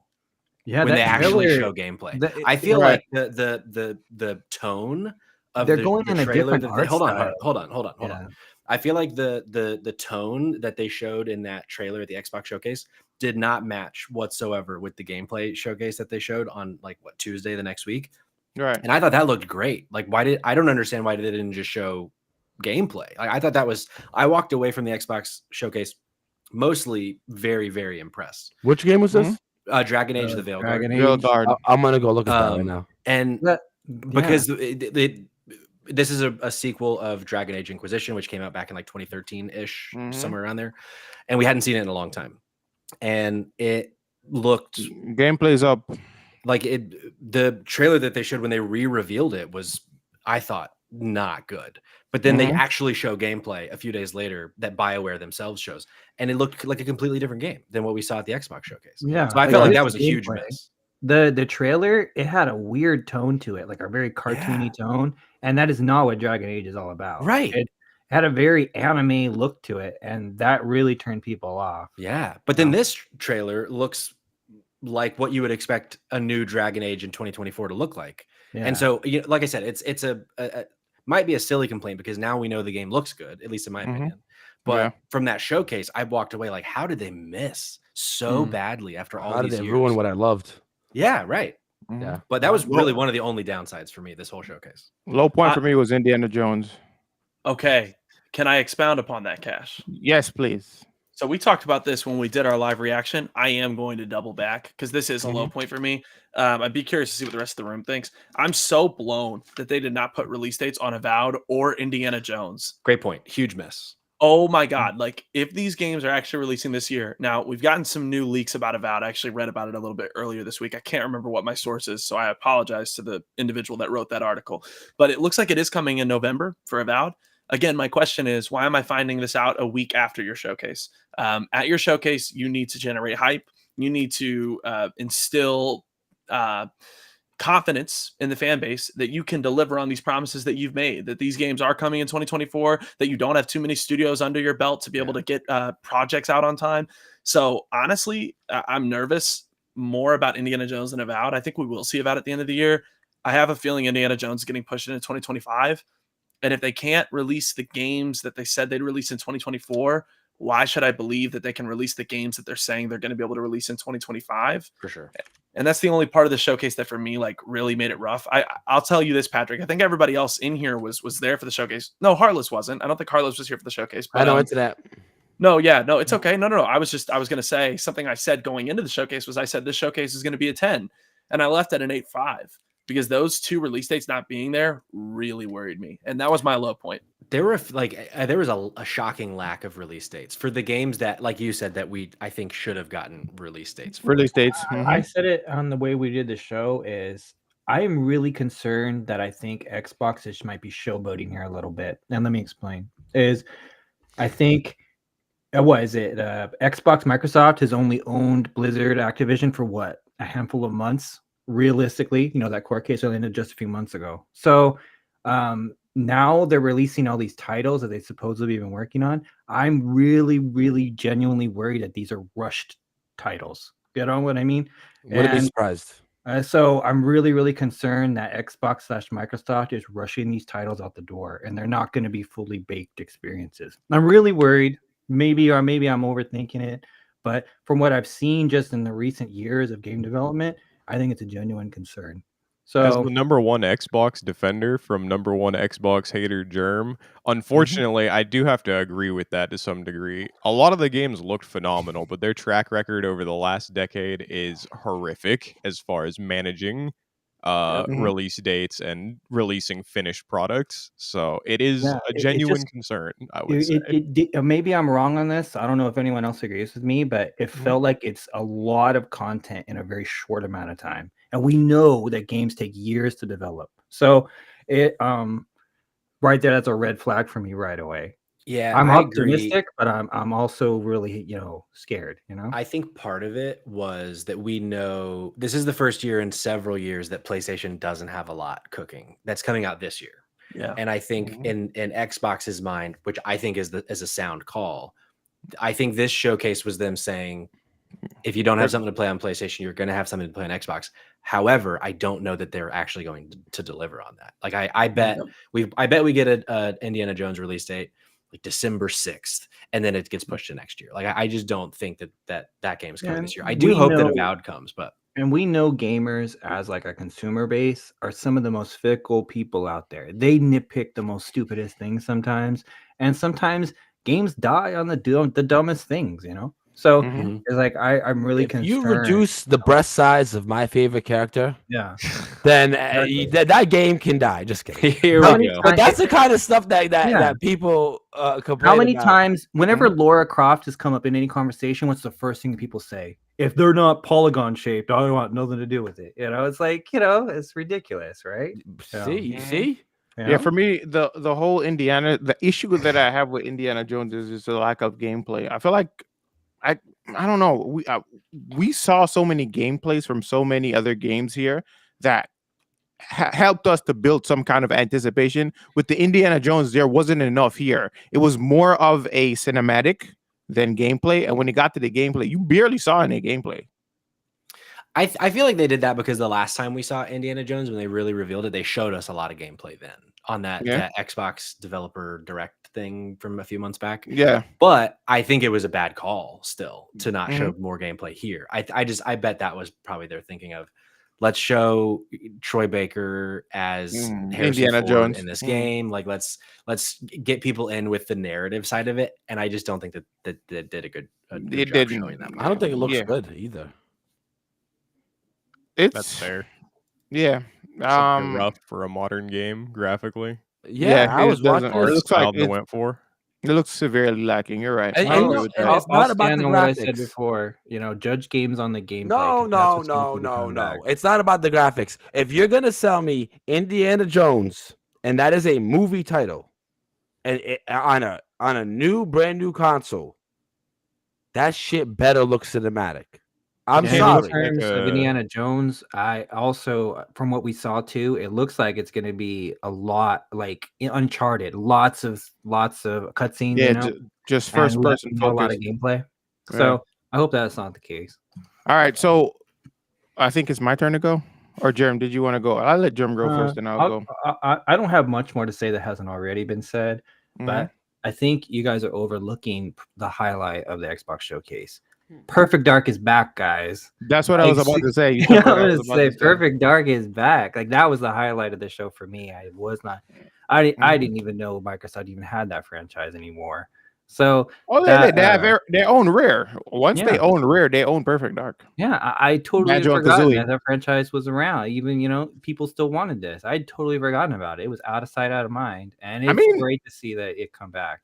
I mean, Perfect Dark Zero had rave reviews. A lot of people love rave reviews. Granted, fans had a lot to say when it came to that game. I think it's sitting at like a 6.5 on Metacritic. Look, please tell me 6.5, 6.3. One of the two. One of the two. You can the link. I put the link down below for Metacritic. Yeah. But it's sitting at that point. But I think overall the game looks fun. Yeah, I think Perfect Dark looked really cool. Like it looked to me like it's a rebirth of the franchise. I could be wrong on that, but it looks like it's a relaunching of that whole franchise. And Frag Punk had my attention too because it was the gameplay intrigued me because it looks like it's an RNG card-based first-person shooter, and I like RNG card games, so that really had my attention. It looks really cool, really interesting. And in Metal Gear Solid, I was excited to see that Snake Eater had some gameplay in there because it looks like the gameplay for the most part's rather untouched. It looks very close to the original, which could be a good thing or a bad thing, but the original gameplay was so great. I'm glad they didn't change it. So those are the highlights for me for show. Okay, so let me go into mine. Gears of War E-Day. Hold on. Oh, Maury wanted to say something. What? Maury did want to say something. Okay. I was gonna quickly give you the Perfect Dark Zero stats. 81 Metascore, right. 63 user score. User score. Yeah, I was right. 6.3. I was right. See, I told you guys. Low user score. Yes. Pretty low. Yeah. But wait, hold on. Gamers hated a game that had a female protagonist in the games industry. I guarantee you that was the only reason it has a 6.3. Just put her in some tight leggings, like in Stellar Blade. What about Stellar Blade? Yeah. What did that get? Stellar Blade got like an 8. Just put her in a tight box like 20 years old. Well, because they put the costumes back in, so I'm sure everyone went and changed their score on Metacritic. Yeah. All right, so for me, Gears of War E-Day was very high on my list from the Xbox Showcase. I love the fact that it's going to be a prequel. It's going back, and we're getting to see a lot of like character backstories play out that we heard and mentioned throughout the franchise from 1 to 3. That's what Perfect Dark is also on the list. Like I said, it's the last one. I think it was on Xbox 360. It was a 360 launch title. Yeah, and I thought that was pretty cool. I actually liked the game, and it still has a cult following today, which is why a lot of people are still raving about the reveal of this new one. It looks like it might be a remake because it's called Perfect Dark. There's no other additional name to it. It's just called It looks Perfect like Dark. a rebirth of the whole thing. I think it's like a relaunch of the franchise.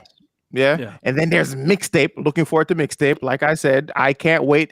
I get some strong John Hughes vibes. I don't know about you guys, but I saw some like they paid homage to like movies like Ferris Bueller's Day Off when she was like running in the backyard, like she was running somewhere. And then I got some Breakfast Club vibes as well. So I'm looking forward to that. Is there a line more hype in a trailer than played to the soundtrack of a generation? Like, right? Yeah. By the way, dude, you should do voice acting. That was Maury, real quick. I want to know: do you still stand on the fact that single player experiences don't sell? I didn't. No, I said it's still risky. You still stand on that? Because yes, I still think so. I still think so. But go back to what I was saying. Go back. Yeah, it's a risk. Yeah. It's a risk. It's definitely a risk. Going back to what I was saying, Metal Gear Solid Snake Eater is also on my list. Flintlock. I'm surprised nobody mentioned Flintlock, but Flintlock, I'm looking forward to Flintlock. It gave me a lot of like Witcher vibes, and also what other game that I put down here? I also played the demo. I played the demo with pretty Maury on when the demo's actually pretty good for the Steam Next Fest. I think you guys still have a chance to play it right now. It ends tomorrow on the 17th. So you guys should actually check it out. I got Banisher's vibe from that game as well. So I'm looking forward to playing it. Wu Chang was rough. Not looking forward to that one. And Starfield Shattered Space looks intriguing, but I'm possibly not going to play it. Because like I felt like I wanted Starfield to scratch a Mass Effect itch, and it didn't. So we just stopped playing it.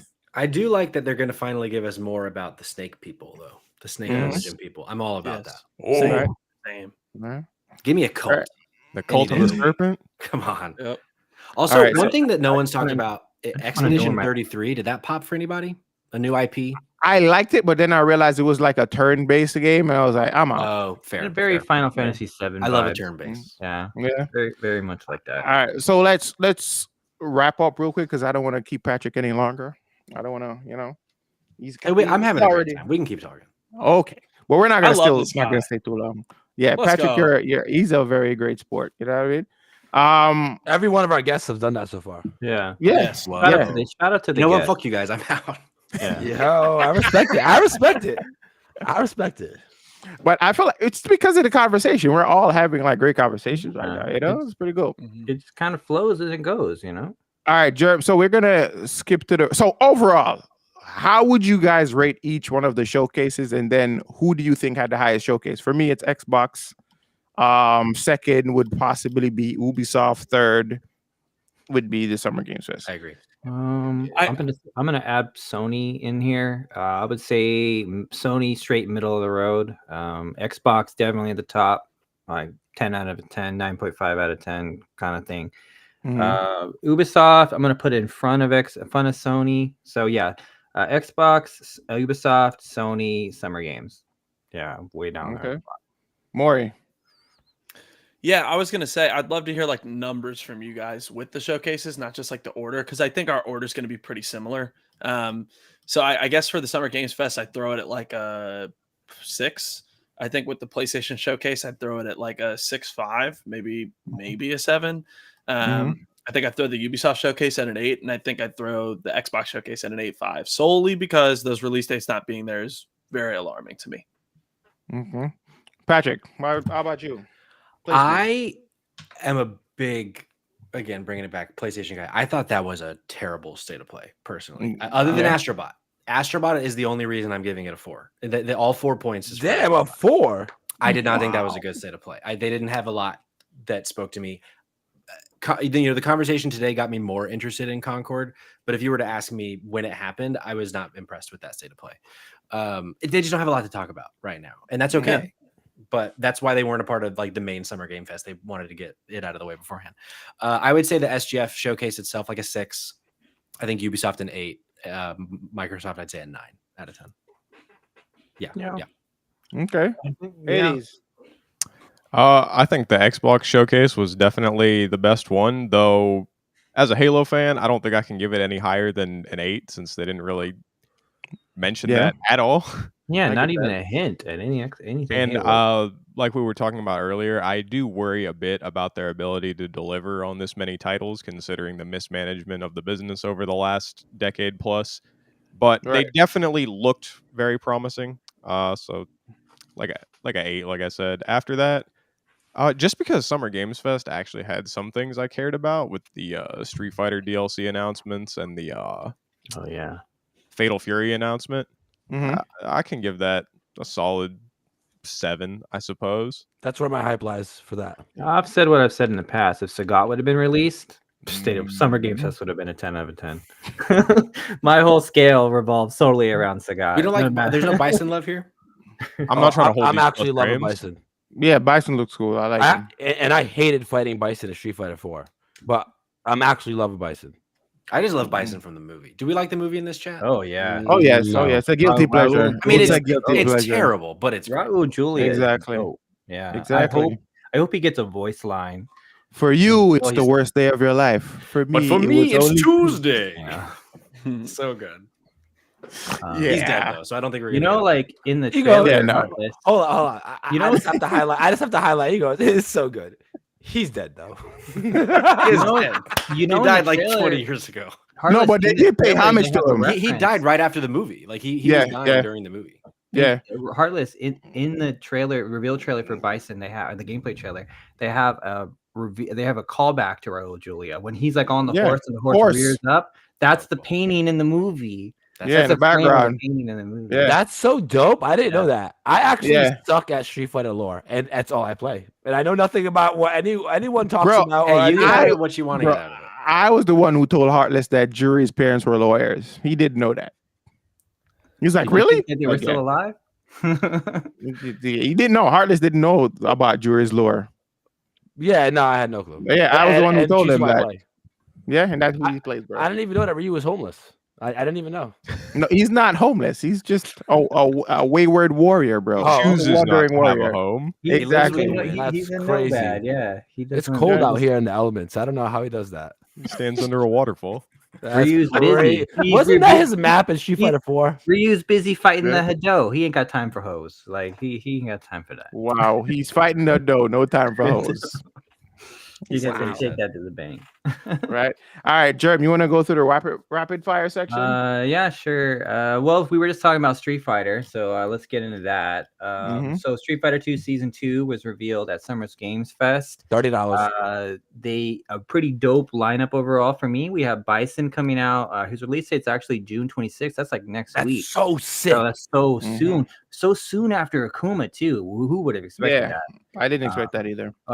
We're gonna have to do some research, Heartless, to see if he's gonna be Evo legal, because that's roughly about a month before Evo. So he may be legal. He better be. He better be. He's gonna about to tear up the meta.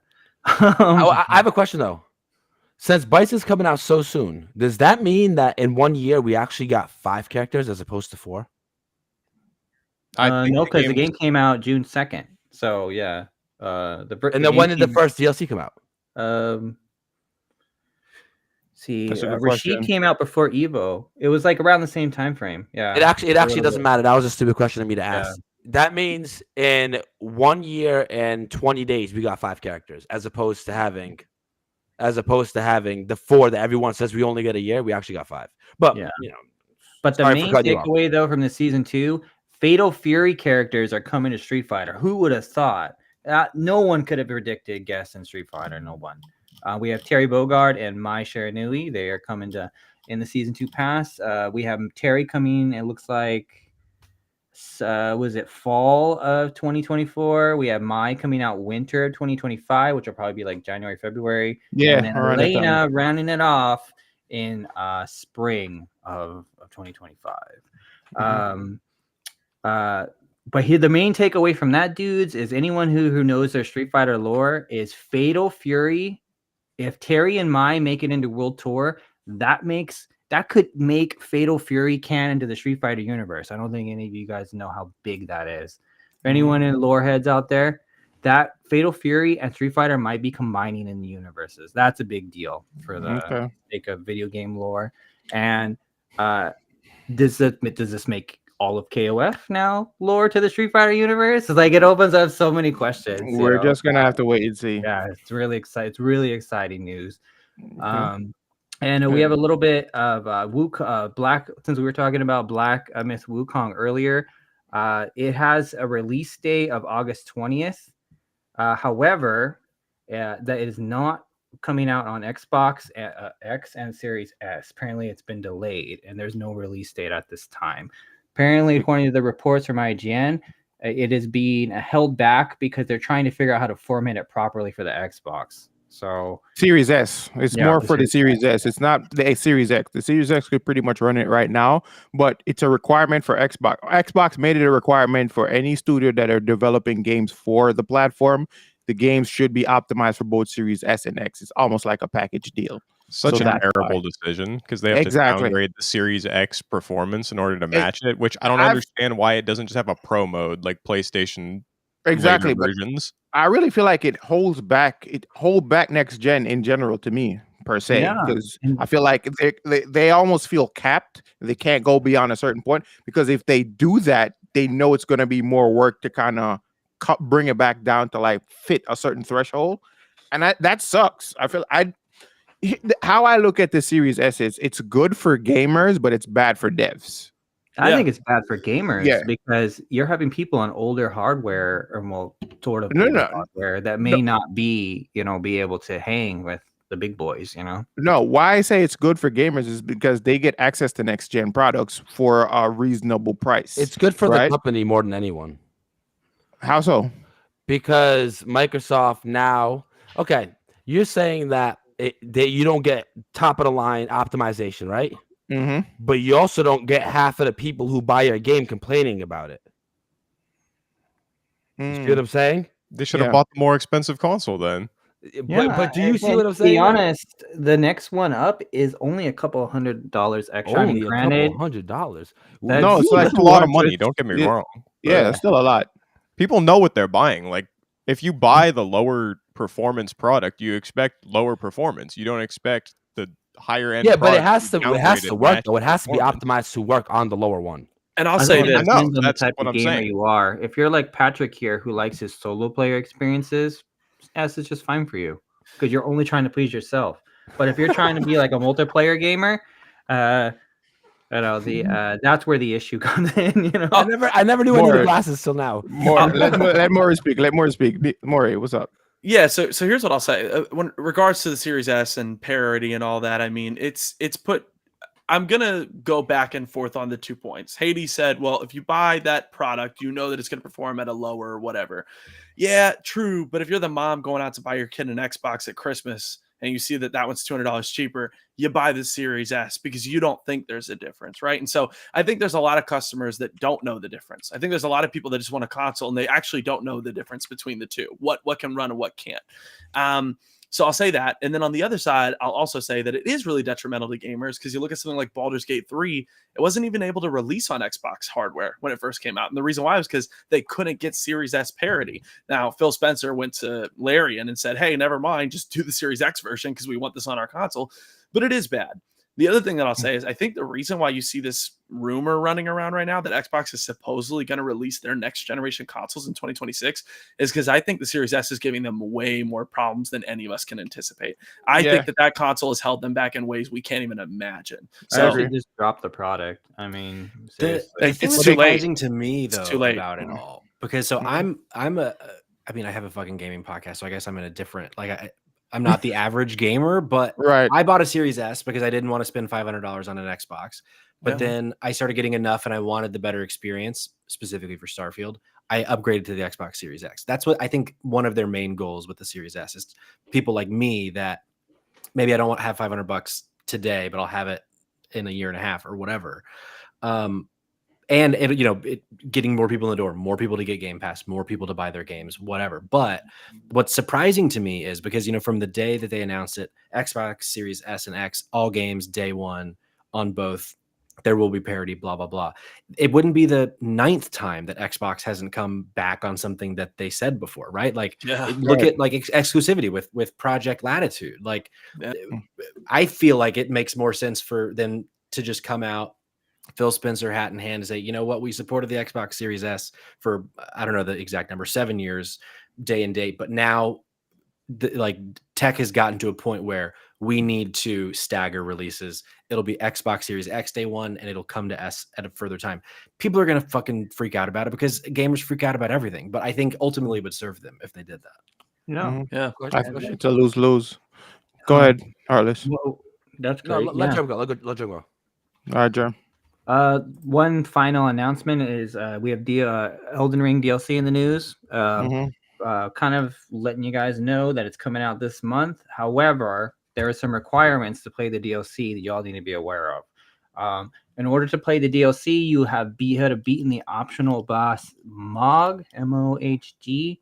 And if you haven't beaten that optional boss, you can buy the DLC, but it won't let you play it. That's crazy to me. That's crazy to me. So, but the real thing is, according to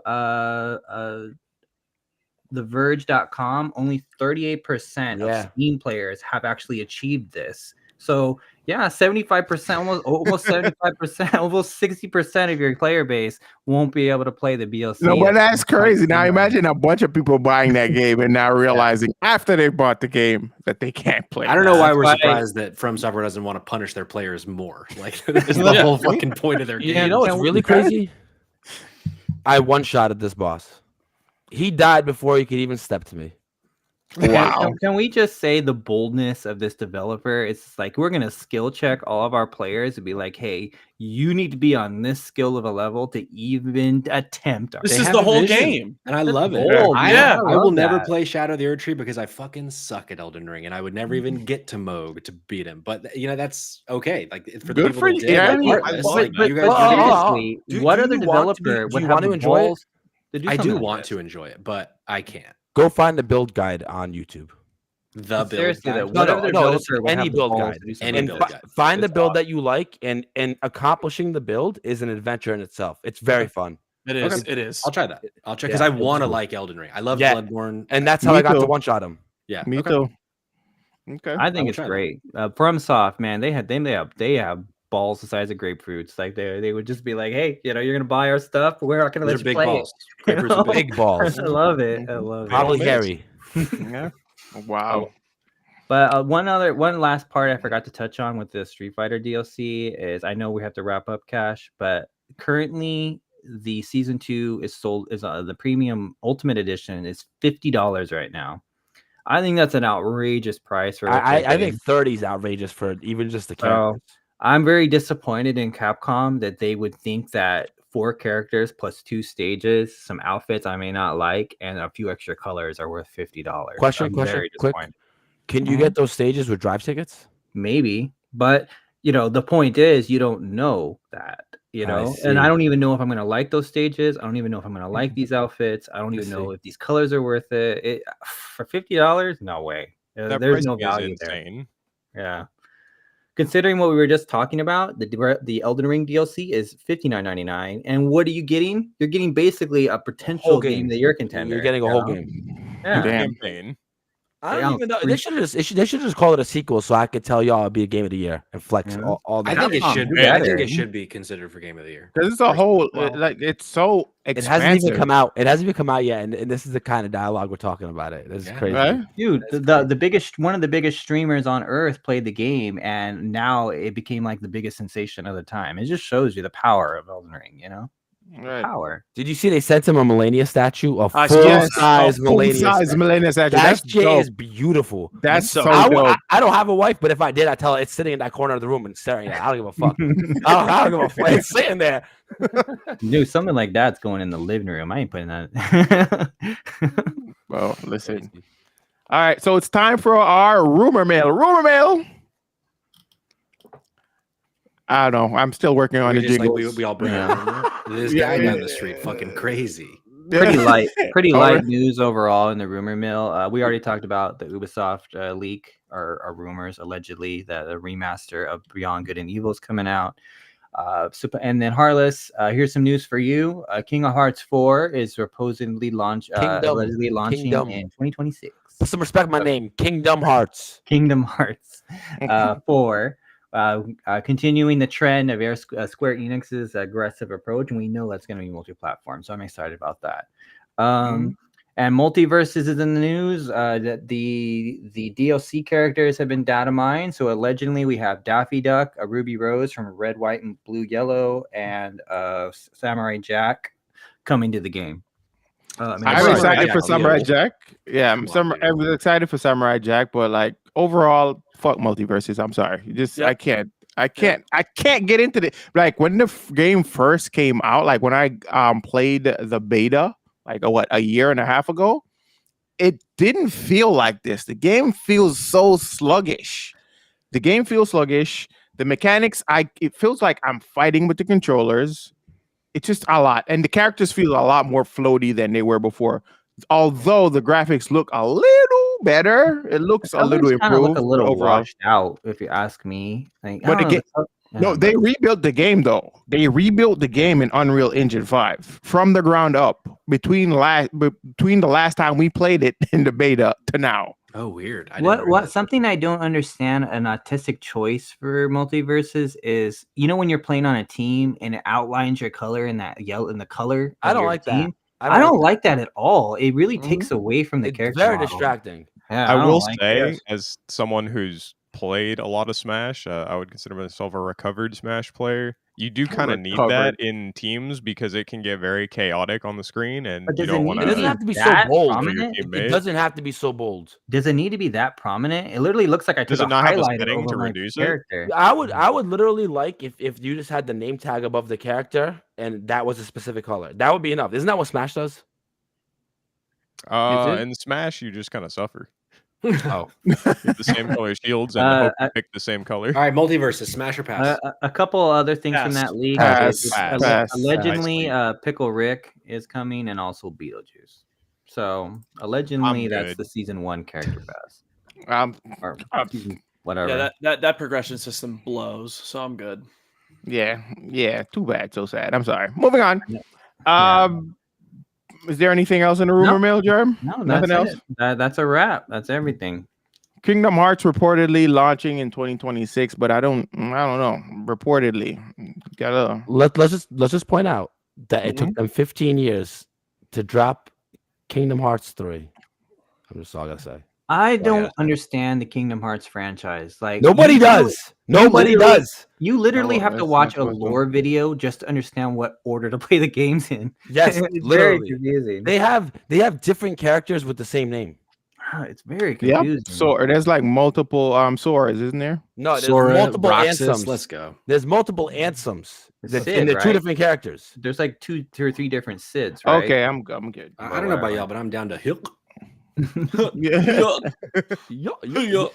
But yeah, I kind of like preemptively asked the question of the week, which is what the biggest takeaway from the showcases. So we're all clear here. Yeah. Xbox was the winner of the showcases. So we're gonna just jump over to Heartless. Oh, the whole You reason know they what hired that- me. The Yeah. reason why I get paid the most here. Yeah, y'all know about it.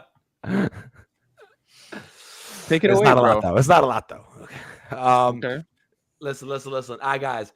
Before we get into the affiliate links, I just want to say thank you to Patrick and Hades.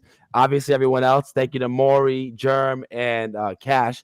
But having guests and collabs is really what brings life to the show, and having Yes. all different perspectives. So for Mhm. people to give us their time and give our community their time, much appreciated. It's really dope and a lot of fun. Makes the conversation natural. I get to kick Mhm. back and just bounce off other people and new thoughts. I love it. Well, we're gonna get into the affiliate links for tonight's episodes. You know how I get all my money, how I get rich, obviously. Just kidding. The first affiliate link we have is Origin PC. Are you guys trying to build the ultimate gaming PC? Then look no further than Origin PC. They're an award-winning PC building company. Whether you're a gamer or a professional gamer, you guys know that Origin PC has you covered. Check them out by clicking the link in the show notes of the description of the podcast. I messed that up, but it's all good. Also, this is an affiliate link, so any qualifying purchase will result in the Heartless getting more of a commission than the rest of the guys. Just kidding. The next affiliate link we have is Gamefly. If you're looking for the ultimate gaming experience without breaking the bank, check out Gamefly. You can rent discs hassle-free, dive into unlimited gaming, and snag great deals on used games and movies. Use Gamefly to check out games that you're not so sure about, and once you decided, you can buy it outright at a discounted price or send it back with no problem. You want to pause your subscription? You can also do that at any time. Gamefly makes it easy to check out games on your terms. Just click the affiliate links in the show notes to get started, and any qualifying purchase will result in us getting a commission at no extra cost to you guys. And the last one, I'm actually starting to remember these. Yeah. The last one is Fanatical. Fanatical is your one-stop shop. Fanatical is the one-stop shop for over 1 million passionate gamers like you. Whether you're craving the latest AAA title, quadruple A title, sextuple A title, hunting for indie gems, searching for incredible deals on your favorite games, Fanatical has you covered. With a massive selection, unbeatable prices, you're sure to get your gaming fix. Just click on the link in the show notes of this podcast. Yo, the first sentence in that needs to be fixed. Is Fanatical is the, not Fanatical is your. Where? I fixed that. Changed that. There you go. You have the power, Heartless. I have the power. I appreciate it. You guys are amazing. Thank you, everybody. right. I have So a lot of fun doing that. Cash, I have to say, Yeah. just a shout out to Cash here for a moment. Like he's Right. helped bring us all together, and it's always a dope show. Like seriously, like This is Cash's vision. Listen, bro, I just love having conversation This is with fellow Cash's gamers, 11th bro. baby. This man, fake news. Fake news. Fake He does news. not have 10 babies. So Like, I swear to God, There's only Yeah. 2 more episodes of there go, and you have to do a Yes. platform. I'm listening. I'm listening. There you I'm go. listening. All right. So before we go, Patrick, let the people know where they can find you. Yeah, you can follow me on Twitter because I will not call it its new name. At Patrick Schwag. That's SCHWAG. But the podcast that I am representing today, Spotlight Games Podcast, you can follow that on Twitter at SpotGamesPod or on Instagram, TikTok, YouTube, Twitch at Spotlight Let me see if I GameSpod. We can shout record. him on. Hmm? I'm He's gonna gonna shout put the you out. links. He's gonna put the links. Oh, Yeah. dope. Thank you. We record Tuesdays at 8 p.m. Eastern on twitch.tv/SpotlightGamesPod, and those episodes go up Thursday mornings, normally like 6 a.m. On all the, Spotify, Apple, all those. Yeah, we've been doing it for a few years now. We're up to like episode 120 something at this point. It's me and my buddy Cayman. We have a good time. That's We'd love so just dope. to have you guys over sometime. You do know Oh, that, for sure. that Twitter is Twitter is like officially changing. Like, you know how like if you type in twitter.com right now, it still Mhm. brings you to x.com. Yeah. Yeah. They're changing that. It's not going to be a thing in the future. Damn. Well, Yep. Oh I guess, wow. I guess I'm losing all my SEO. Right. No, so no, really, I had a great time. Thanks for having me all. This was a blast. Of course, this was man. amazing. This was You were amazing. Your insight and your knowledge of the industry has been very it's extra refreshing. And he's funny. And Yeah. which is the most Yes. important. And He's a there's good some kind sport. of I'll take my bromance shirt off going on after. here between Patrick and Maury. We'll just let that sizzle. Dude, let me just say this right now. Patrick has had the best takes on this show of anyone. Point blank, Wow. period. I'm You said standing that on about it. Trez. You said that about Trez. I did. Yeah. I did. Drop the bike, he's out. All right, next No. is Hades. Let us know. Let them know where they can find you. Hades, yeah. Let the people know. Y'all can find me streaming at twitch.tv/xlordxhades. I will mostly be playing Destiny, Halo, fighting games, or whatever variety I feel like. And you can find my stream archive at youtube.com/c/xlordxhades. And that's about it. That's where I'm at. Post it in the private chat so I can post it in here. Maury, let the people know where they can find you. What's up, guys? Yeah, I'm GWT Maury. The only thing I'm going to be pitching today is my Twitch. I've been streaming now And- for about a month. I stream every day from 4 p.m. to 7 p.m. Central Standard Time. Tomorrow, I will be finishing my Doom Eternal playthrough because Dark Ages had me so geeked. And then Tuesday, I'll be playing Street Fighter. And I'm terrified. Let's go. God, I'm scared. God, I'm Tuesday, scared. Street Fighter? Don't take on that journey alone. You have plenty of resources. Do not take on the journey alone. Nah. Okay. What can happen is you can run into you can be like, yo, I want to play you Heartless, right? And I beat your ass, Yeah. and you'd be like, yo, this game sucks. But what's really Yeah. happening is you're stupid. I'm just kidding. And he's I laughing. know. Reaper, thank you for the biddies. Thank you. Shout out Oh, to Reaper. It just takes a little bit of time. Yeah. Yeah. Seriously, just be graceful and holding your L's because you're gonna hold a lot of them. So Oh, I just, believe And it. you should play modern. You should play modern.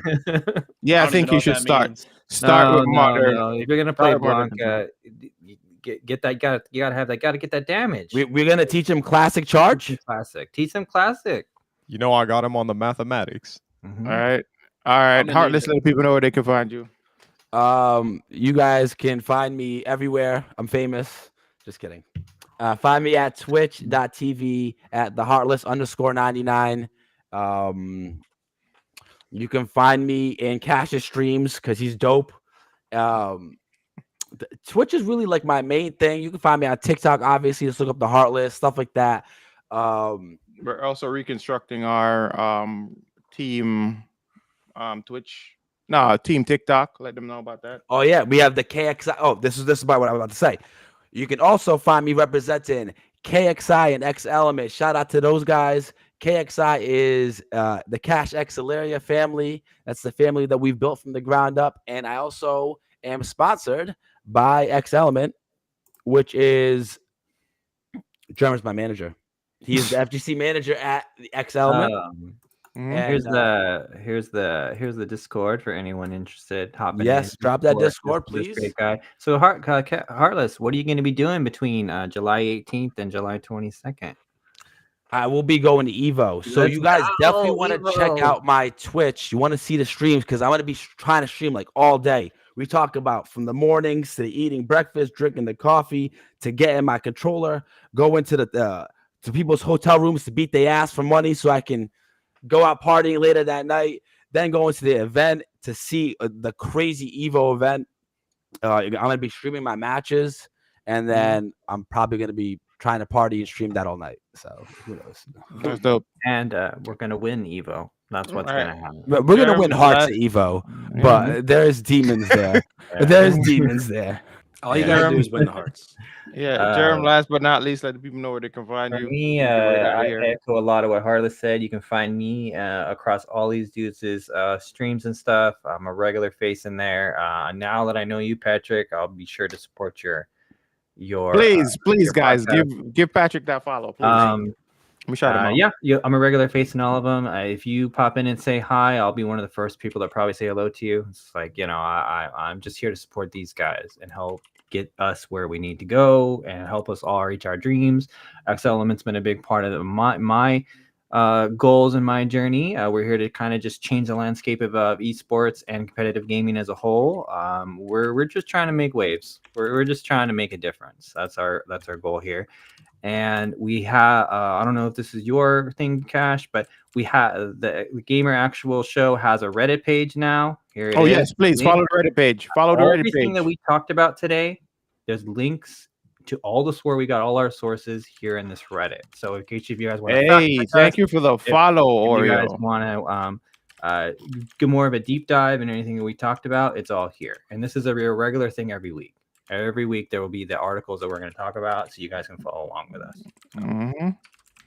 Patrick, I don't know. We need to set up off stream when we can, pull up. I would bring everybody to your podcast. So Heartless, Jer, Maury, Hades. If Hades want to pull up, I feel like we can make. I think we can make Hades like a floating regular or some shit. Like because Hades is dope.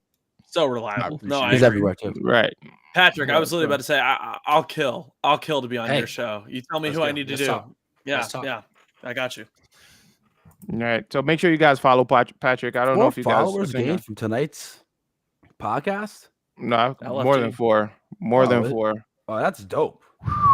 More than 4. Oh, look, we have everyone here. We have a special person in chat. Follow me 87. That is the CEO of X Element himself. So everyone, drop him that follow. He's made all this. He's made this all possible.